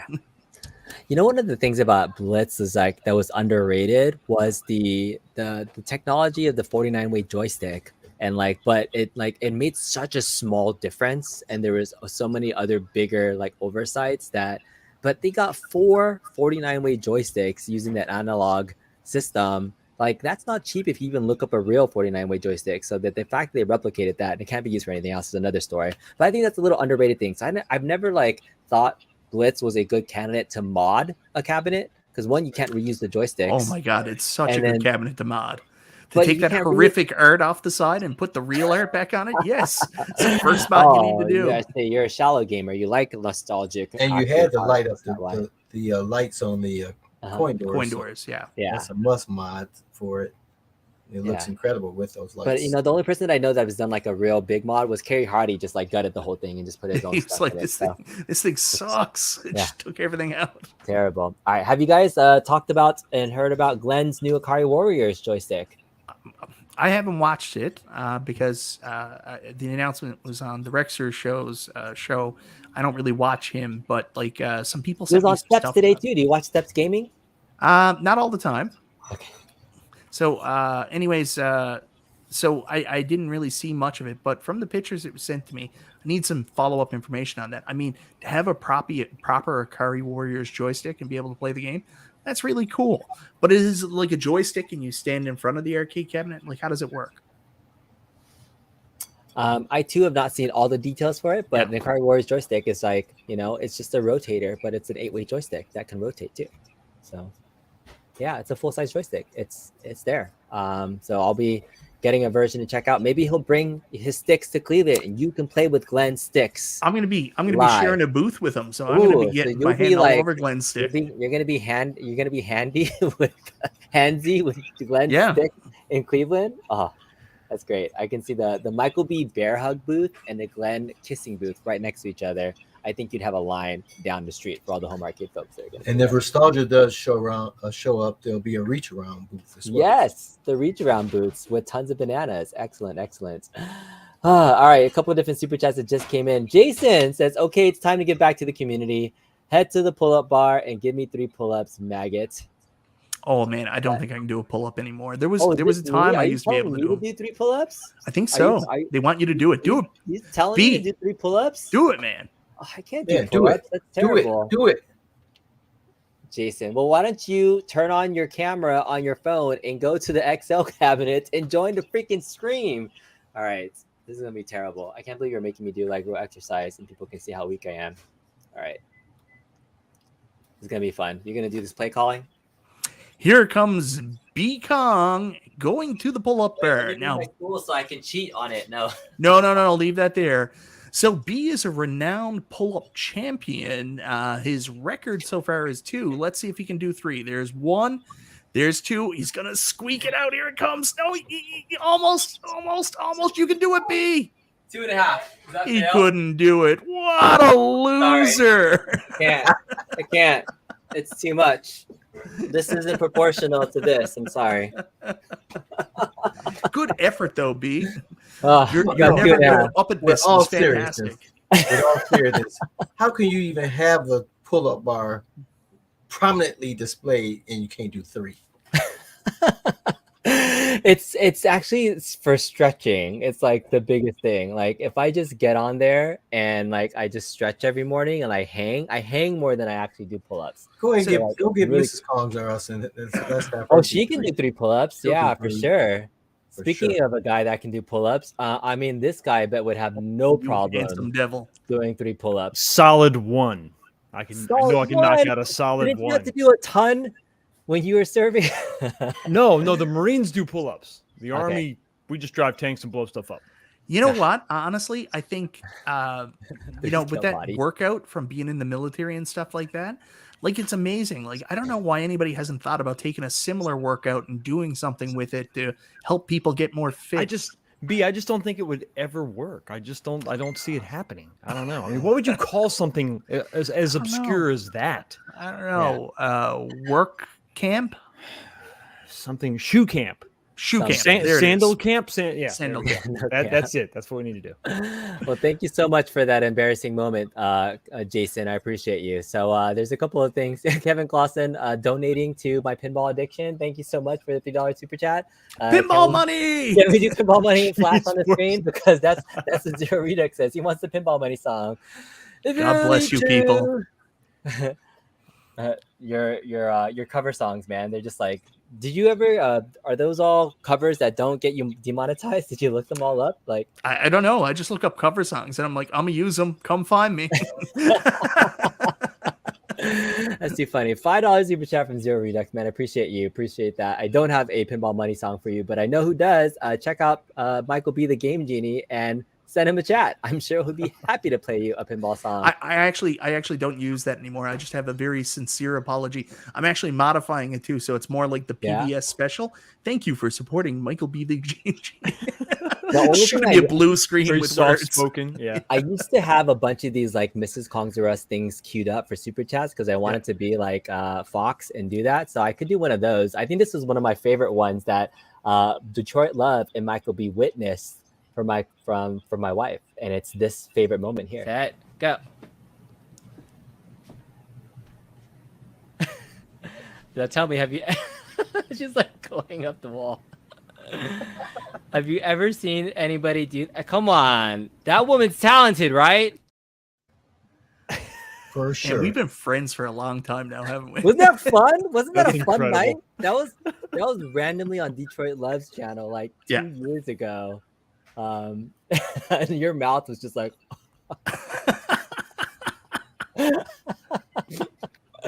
so yeah, I have a bunch of Mrs. Kongura stuff randomly queued up, but I never could transition as well as Fox, so I kind of no one can. Best in No, the no, business. no. Boys, aim higher. Aim much higher. Is it? All right. Speaking of another super chat, that was actually part of my wedding vows. Aim higher, Lara. Aim higher. Aim higher. Nicholas Story with the $4.99 super chat says, did Travis's entire list get leaked tonight because someone went on Reddit and dropped the entire thing? I think so. Like on, Reddit guys. is now. I posting all sorts of stuff. I will openly tell you. I got a message from Tech Buzz yesterday, and he's like, I got the entire list. I'm going to leak it. And I was like, okay, cool. Go ahead. And then he was like, well, then you can talk about it. And I was like, I'm still not going to talk about it. So I think this was floating around yesterday, and a bunch of people in the community got access to it. It's very similar to Travis's list, but I will tell you, not everything's accurate. Well, I've not been on Reddit recently, so I mean, let's take a look. It's public. Reddit is one of those places that people can see. And it says Michael B is the only community member who really knows what's coming in 2024. Is that the thread? Maybe. Yeah. Do you ever follow like what's going on here? All right. Yep. Me hyper. Where's this magical list on Reddit? None of the League 24 list is accurate, at least on BK's live stream tonight. This happened 11 minutes ago. There it is. Look at this. This is funny. This is like Inception. Wow, this is Inception. Hold on, I gotta spin my dreidel. Wait, is this you, Paul? On BCon's live stream tonight, there's a lot of discussion about PD7. That's Paul, yeah. And is supposedly releasing what Michael Holder. None of the leak lists are completely accurate, including Michael B's. And Arcade1Up is using these lists to determine where the leaks originate. Man, this is like super Inception. I know. There you have it. Take everything you've read with a grain of salt, including Michael B, who personally thought was given a legit list. That being said, it's fair to say that we've heard these things. Smash the TV are legitimate, 720p. Point me to the list of the real list. I want to see like the formal list at least. It's been years. I mean, this has been a list that's been leaked in some way, shape, or form for years. And I love when you watch Wild Bill, when you watch Bill's video, the caveats, the disclaimer is incredible. It's like, hey, it might happen, it might not happen, we may never see it. This list may grow, this list may shrink. I'm like, so what the hell are we talking about? It's like, what Some people say cucumbers taste better pickled. Hey, bada bing, bada boom.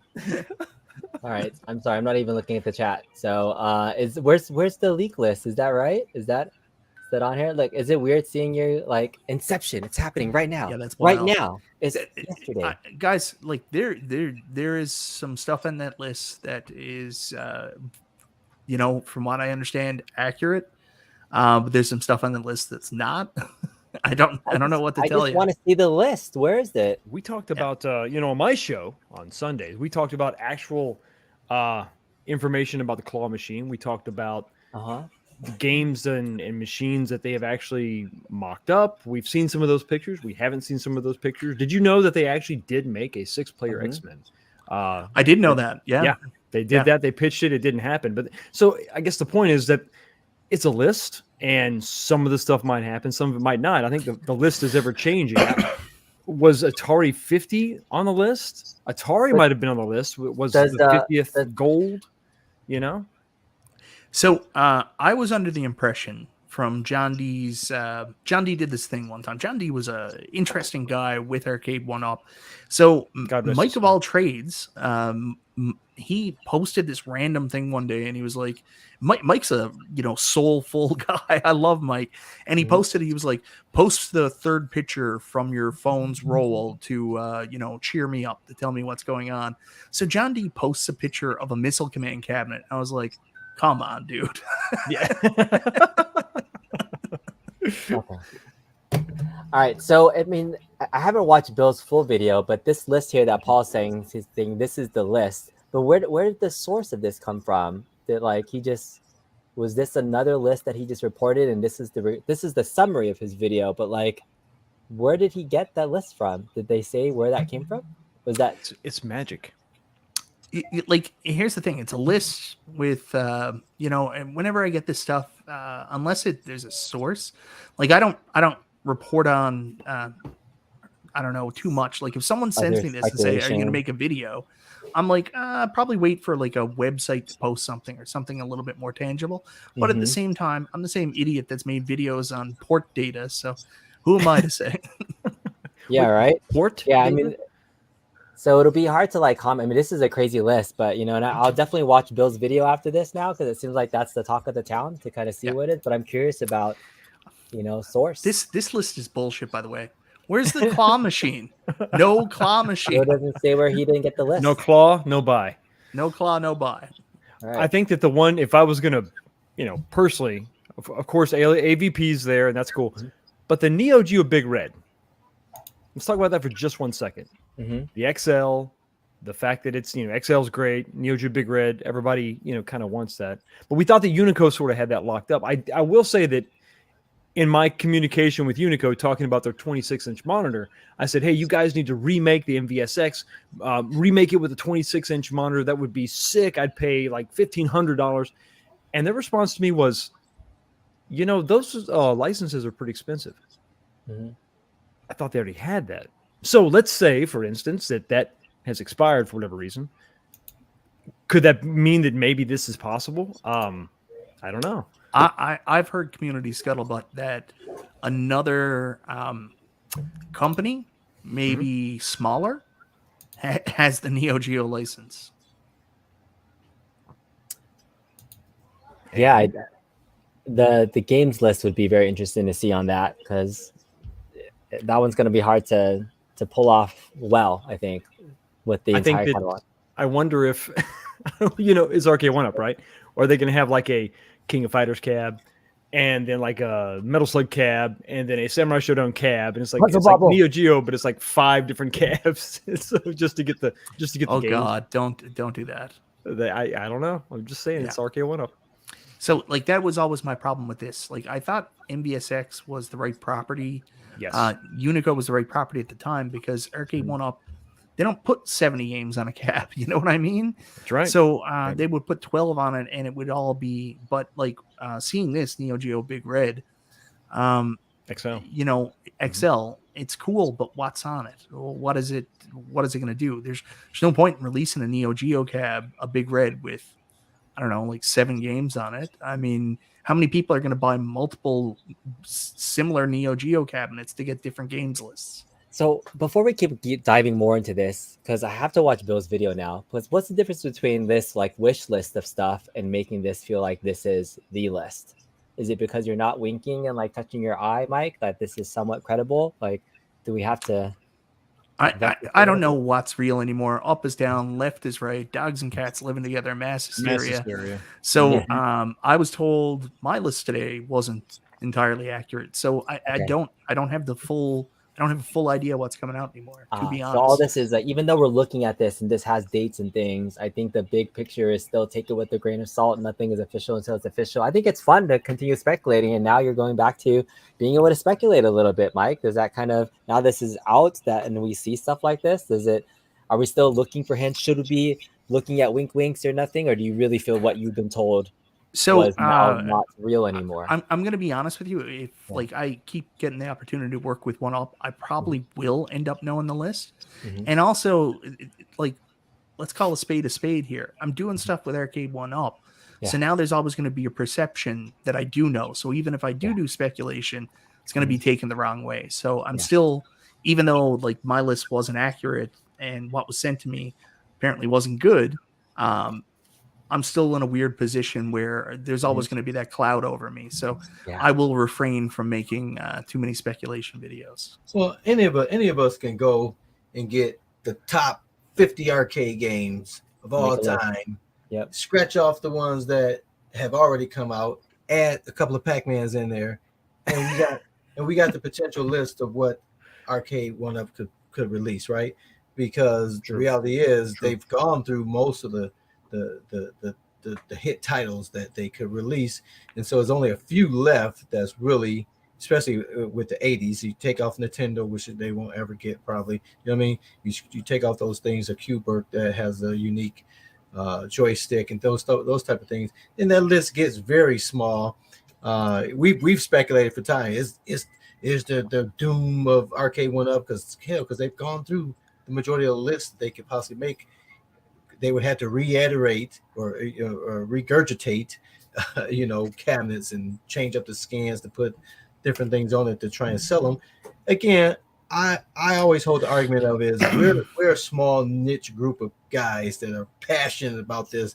There's still millions of people who don't yet have a single Arcade1Up cabinet. So realistically, they can release any of the cabinets that we've already had out, and they would move if they market them in the proper retail store or on the websites that will sell them. So is Arcade1Up dead?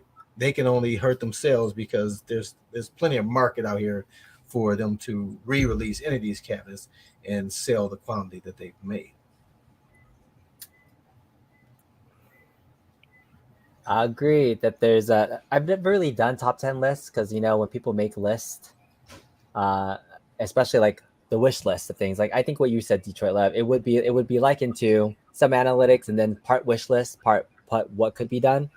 I've never really made top 10 lists and things like that before. Like Mike, you have experience making lists. Fox, do you make lists like this? Is this something that you would? Oh, absolutely. I love making lists. I love speculating. I love talking about the what ifs. But just to go back, a list is one thing. We've even Double Dragon, right? We saw the cab. It was built. It was in a retail space. We thought for sure it was going to come out, and it didn't. So even if it's on the list, I think a lot of this is just me not getting my hopes up for AVP. I'm just trying to manage my own expectations. But a list is one thing. Even a physical cab is one thing. It may not even come out if we see it. So who knows?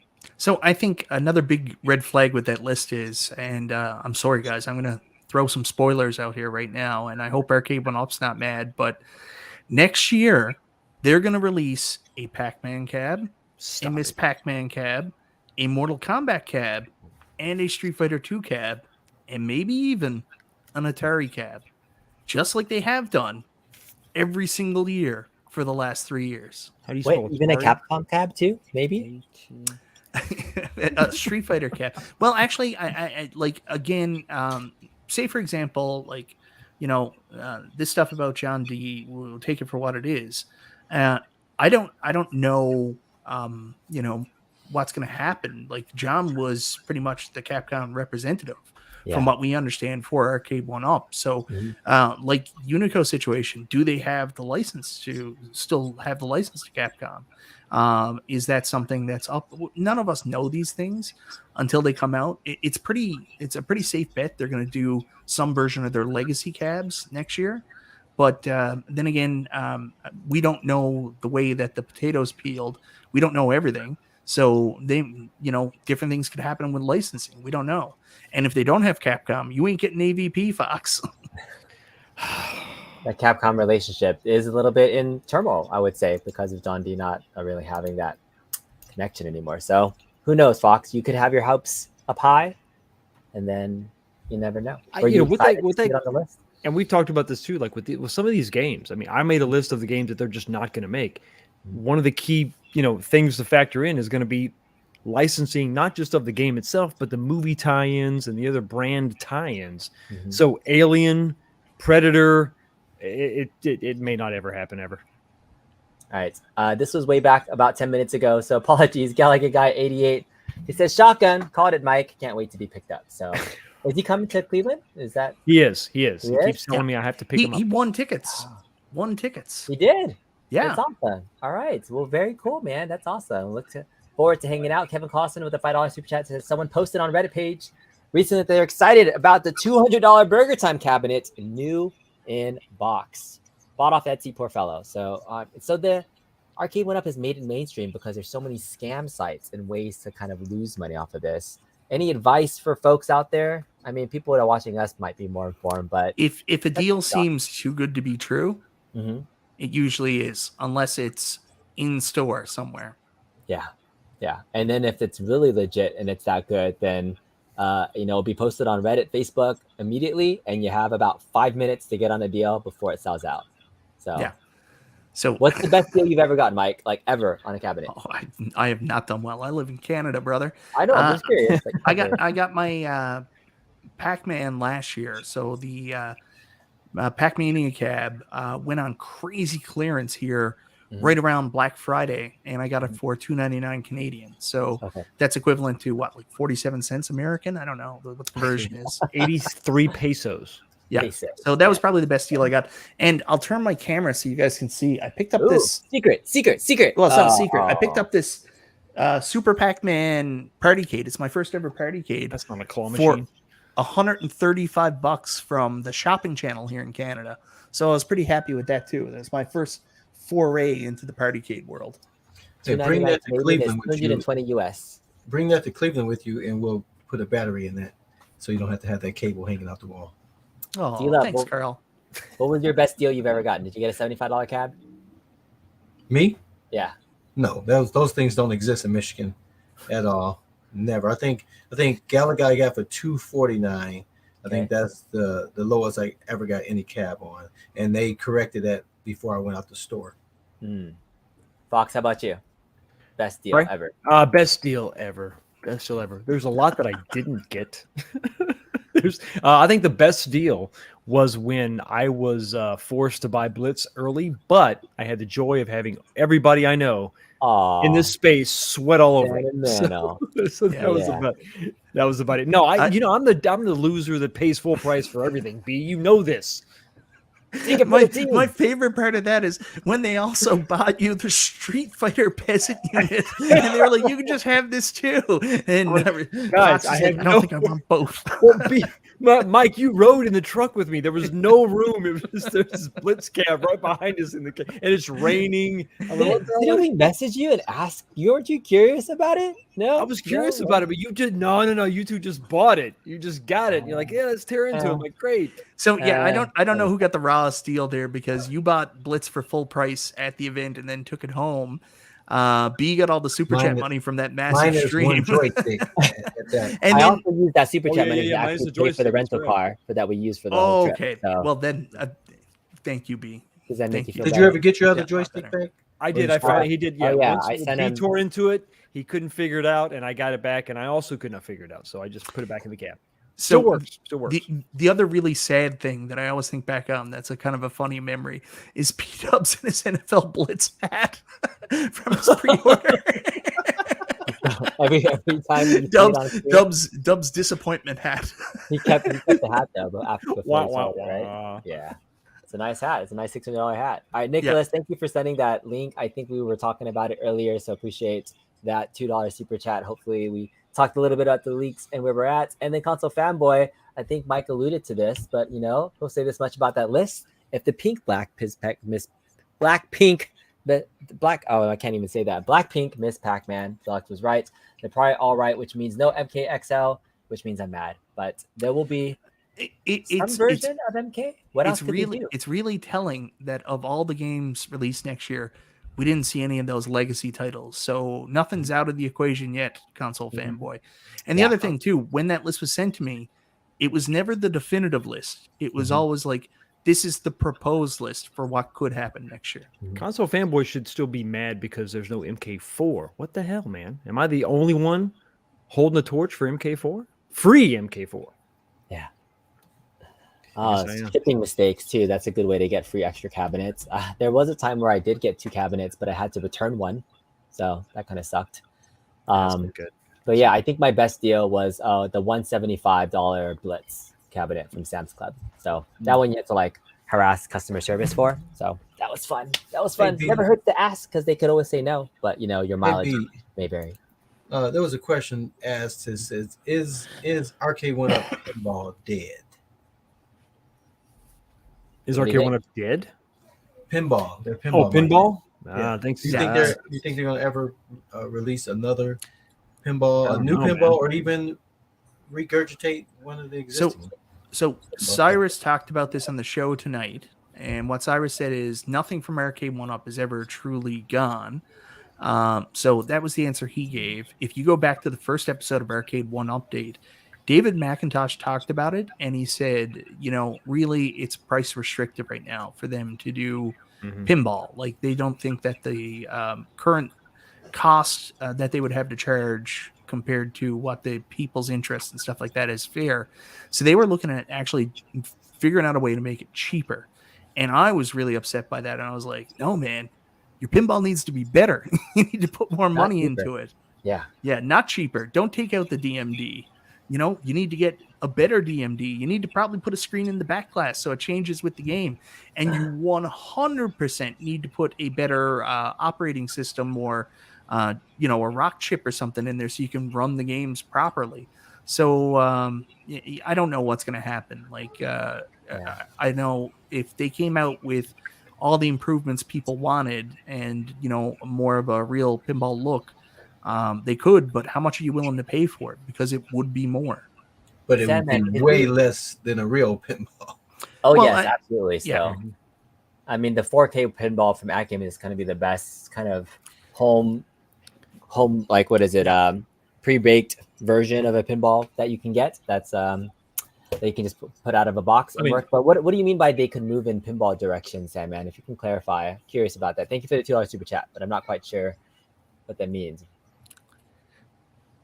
So while we're waiting, Jason's here, Little Alien. He's actually moderator on my channel. Super nice guy.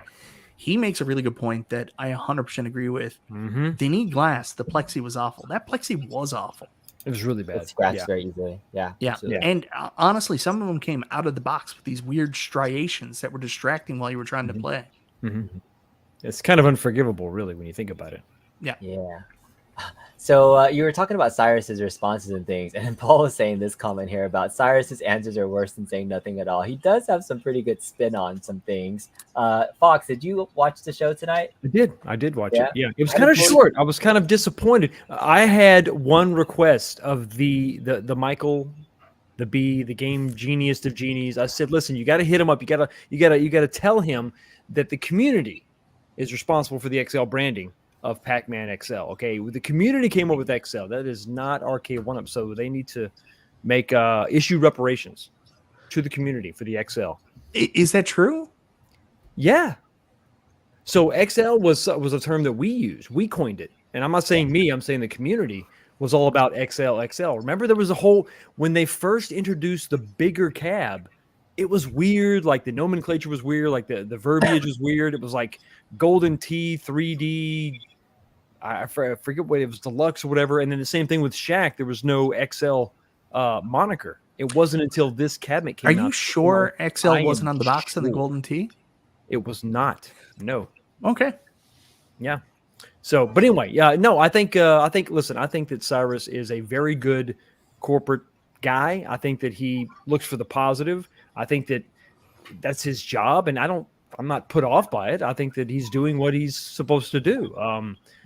But yeah, you're gonna get the positive spin on it. You get the corporate spin. He seems legitimately excited about what he's talking about.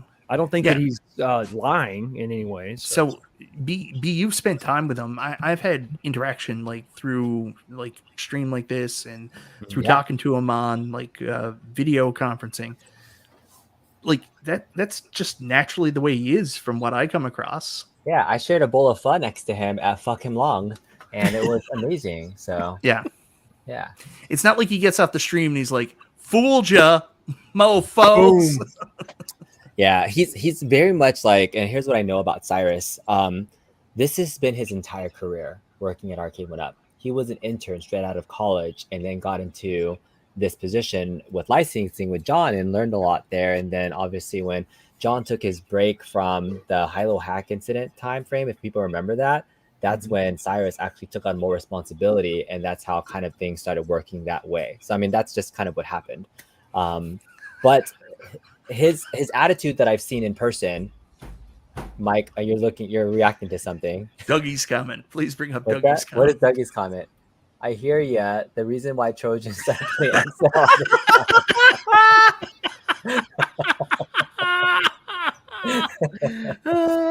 It's like, yeah.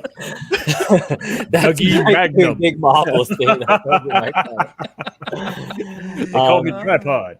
Yeah, but so Cyrus in person, whenever I heard him talk, I would ask him like, "Hey, like, have you eaten dinner yet? Let's go get something to eat at Evo." And he's like, "No, I gotta go get these things printed and go pick them up from FedEx. Like, work always comes first." And I'm like, "Dude, yes, to a certain extent, but you got to take care of yourself to the point where like he's literally physically injured. He actually hurt himself, and he's not saying much about it. But he's just like Dougie's comments. He's like, yeah, I know. So, But yeah, I've talked to him about that, and it is something that I worry about being in the nonprofit space with Mike. That I do care about how people are looking at the company versus just being transactional.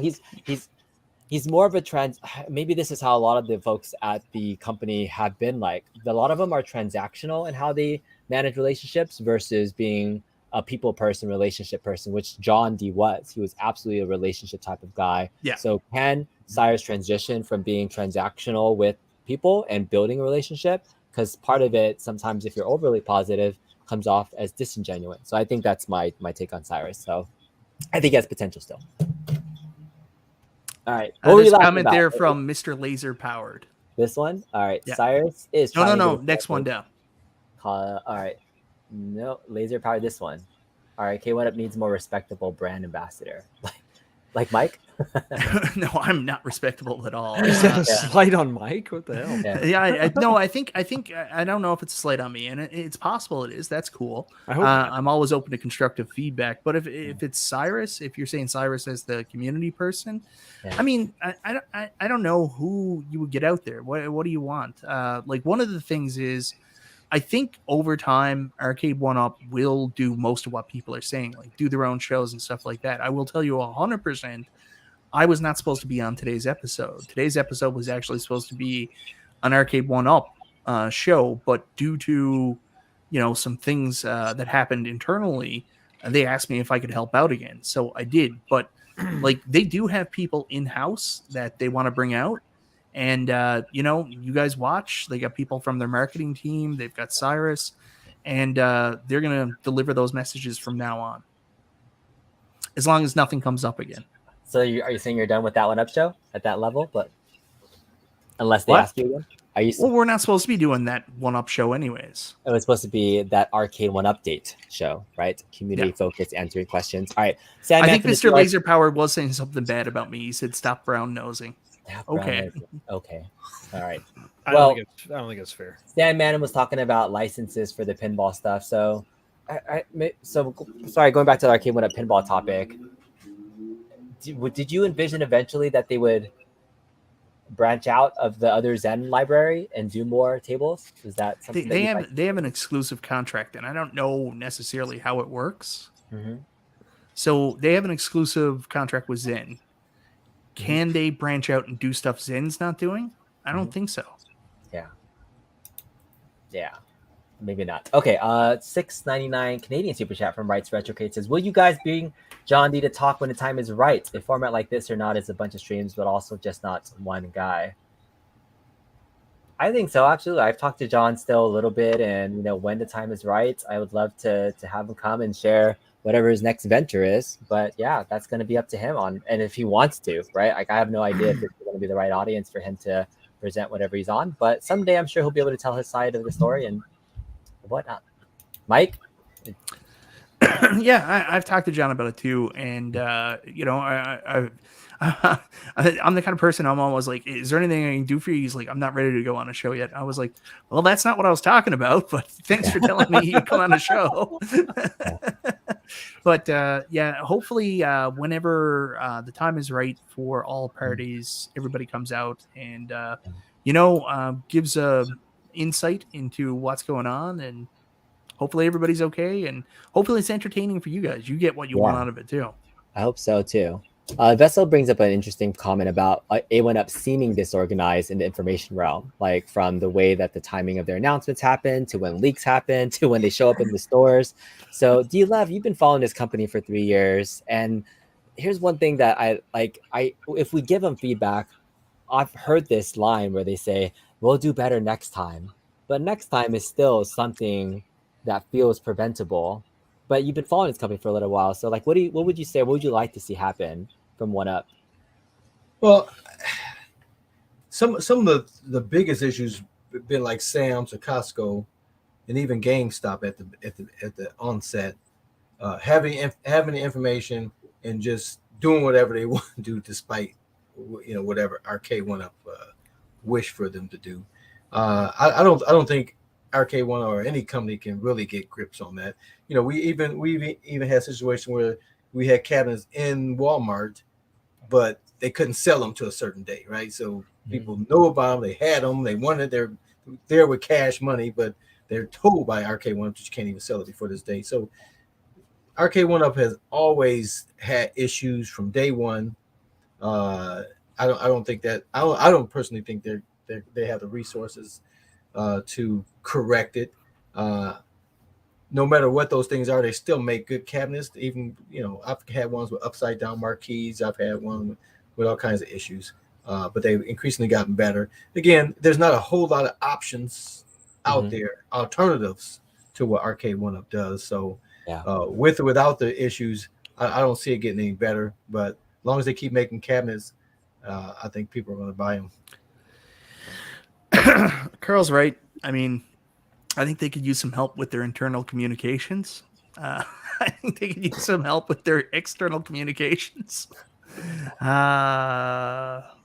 Fox, what are you going to do to make them fix it? What advice would you give? What would you like to see happen? You have to get every facet of your business on board. You cannot have Pac-Man XL in store before you announce it. I mean, it's insane. I mean, the fact that they're going to have a show announcing a product and it's mysterious and spooky and who knows, but then it's already on their website. I mean, it appears on the app, hours, sometimes days before they actually going to have the show. I mean, they have to have like a central point of contact, somebody that's coordinating everything, a Kevin Feige of the Arcade1Up MCU or something. But it's just it's at this point it's kind of to talk about when it does happen, but you would hopefully like to see them not just keep saying we'll fix the next time and right. I mean, we've got to see, if you want us to take that comment seriously, you have to like do better next time, right? Maybe not be perfect, but make an improvement. Yeah, it's the same thing I said to my ex-girlfriend. Cheat on me once, shame on you. Cheat on me twice, shame on me. Yeah, maybe cheat on me 3 times. Where the hell is this going? You want to cut out the money. They don't actually have like a true, maybe like a product manager, like not a project manager, but a product development person, right? Because then they can see it all the way through. I don't know how their businesses run. Like there's so many people that have their hands in the pots. Yeah. Speaking of hands in the pots, because that's not a great transition, there was a super chat that I missed saying this is the best episode of the Super Game Room, dudes. Thank you for the $2 super chat, but I don't know if that's gonna make anybody like Nostalgia or P-Dubs mad. That this mediocre is the game room fellas. That's what we tried to do, right, Fox? Exactly. Yeah, those guys over there. Yes, those guys over there. I know. I'm going to ask Detroit Love to send everybody off because it is a Friday night pretty soon. We're hitting the 2-hour mark just in a minute. Thank you all so much for joining in and having a fun conversation. We started off by doing a reaction. We had some people come in, just talk with the folks on a Friday night because I feel like it's fun to do and I love hanging out with friends. So any last things you want to say? I love always doing around the horn. So Foxy, any last things you got this week happening? This week is happening Sunday. This week is happening between the weeks. It's like the void between weeks is when I have my show. We got some stuff to talk about. Looking forward to what could be happening next week. So if you're bored, if you're disappointed because the Super Game Room dudes completely let you down, don't worry. Come by my channel and I'll see you Sunday night. Yeah, awesome. All right, D-Love, what do you got going on? I am enjoying my summer. It's almost over. It's we're starting to get cold days, not just cold nights, because it's really weird here in Michigan. But I still have a little bit of summer left. I am looking forward to Cleveland, to meeting you guys, to meeting the community, to having some positive experiences. I stay away from the drama. So if you bring the drama near me, I will pop in the mouth. And I'm just looking forward to spend that time getting away from the city. Cleveland's just like Detroit, so it's not going to be any better weather. It'd have been nice if it was somewhere nicer, but I'm going to enjoy it. Going to enjoy the time. Going to enjoy hanging out with you guys and having a blast. So I'm looking forward to that. All right, now this is going to be fun. Before we get to Mike, Travis just said that they were watching us, and so I'm going to watch. We're watching them. Now. Where's my dreidel? Damn it! What's that? Yeah, isn't this fun? Everybody, go watch the Cornercade if you want to do a follow-up stream to this one, because they'll be talking about us long after we talk about them. So it'd be fun to actually hear what they say. Look, he just realized it. He just realized it. Yeah, everything just kind of synced back up into space. So, let's hear what they're talking about. What are they saying? You have to look at this. All right, say something. We're talking to each other through the Cornercade stream. Oh, we are? Can you guys hear us? We can't hear them. They can hear us. We can't hear them. I see what's happening. What you're looking at now. That's enough. You have to turn on the audio. Okay. All right, well, check out the Cornercade. This is. Can you turn it back on for a second? I want to say something else to him. You want to listen to them? Okay. No, just turn it back on for a second. Okay, I'm adding it back. They can hear you whether they're yeah. Go ahead. Hey guys, what time is it there? What are you doing? What's the sky like where you're to?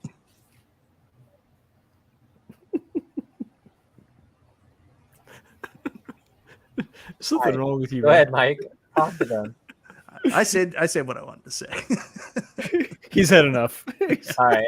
I'm cutting. I'm calling it. Anyways, guys, after this, go check out Cornercade.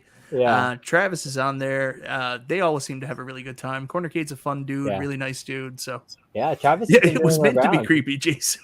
Yeah, for sure. Thanks for the quick $5 super chat from Thajo310. Says, since I got my ALU, I've never looked at another Arcade1Up. It has all the controls you would need, along with a 24-inch monitor, and it plays everything. Yeah, I mean, if you got limited space, you don't care about the nostalgia and stuff it provides. ALU does so many things so well. Plays all these games that, of course, you have to bring yourself, but you can do a lot of stuff with it, and the controls are solid. Sound is solid. This is a good machine, so I can't blame you. Yeah.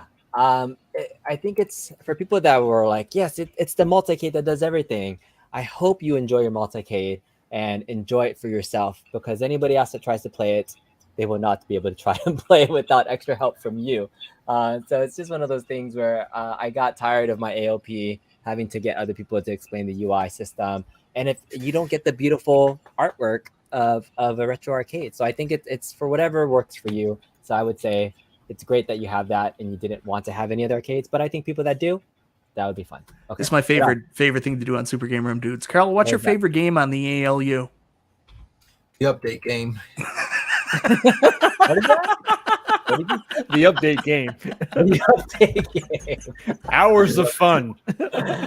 Hours Which and hours one is fun. going All to right. crash it? And I have to get a SD card and rebuild it. All right, Mike, did you have any final thoughts from today's show or things that you want to say to folks? No, not really, guys. I'm having a lot of fun doing what I'm doing. It's fun right now.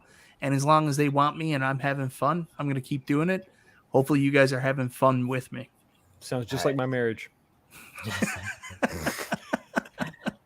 Come see us in Cleveland in about 3 weeks. It'll be fun. You'll catch all of us, including P-Dubs and Maybe we'll get nostalgias, via virtual chat or something. But Justin will be there. It's gonna be a fun time. I think I can't wait to do something fun. I know we've gone really long here, Bean. You want to go do other things with your life, like I want to spend eat. time with I'm your fucking family hungry or right something now. weird. Yeah, let's But, talk for a little bit longer. So just really quickly, I can't wait to see you guys. Like, I'm looking forward to this so much. This is gonna Like, be so much fun, dude. I'm thinking about it now, just like the stupid stuff we did last time we were together, and being able to do that again. I'm so excited. All the rooms will be unlocked. Except Justin's, because yeah. he's got secrets. We need to have man Somebody of locks secrets. with him. It's weird. a confessions closet where we can really do like real time, These are real my world confessions. about each other, right? Do you remember? I was like, I gotta use the washroom. So I went and used the washroom. Justin came out and he was like, that was my washroom. And I was like, sorry, dude. That's everybody's washroom now. No, it's all our washroom. We're gonna take bets on who tackles who first, Mike or P-Dubs. Yeah. And we're gonna see how long it takes before D-Love finds an Arby's and goes to town. And then we'll have the flannel. Flannel off. Yeah. Yes, the silk. I can't wait to see D-Love in silk pajamas. Do we all have to wear flannel. pajamas? Yeah, No. we have a show. Optional. It's gonna be Can we get pajama day. matching silk pajamas? Oh my God, that would be such a cool thing to do. All right, we're doing it. Okay, Yeah, we have to. Everybody's got to bring some pajamas. Late night with Detroit Love. That's It's right. pajama time, boys. Yeah, pajama time. All right, sounds good. All right, we'll talk to you guys later. See you, everybody. Appreciate it. Peace. Peace.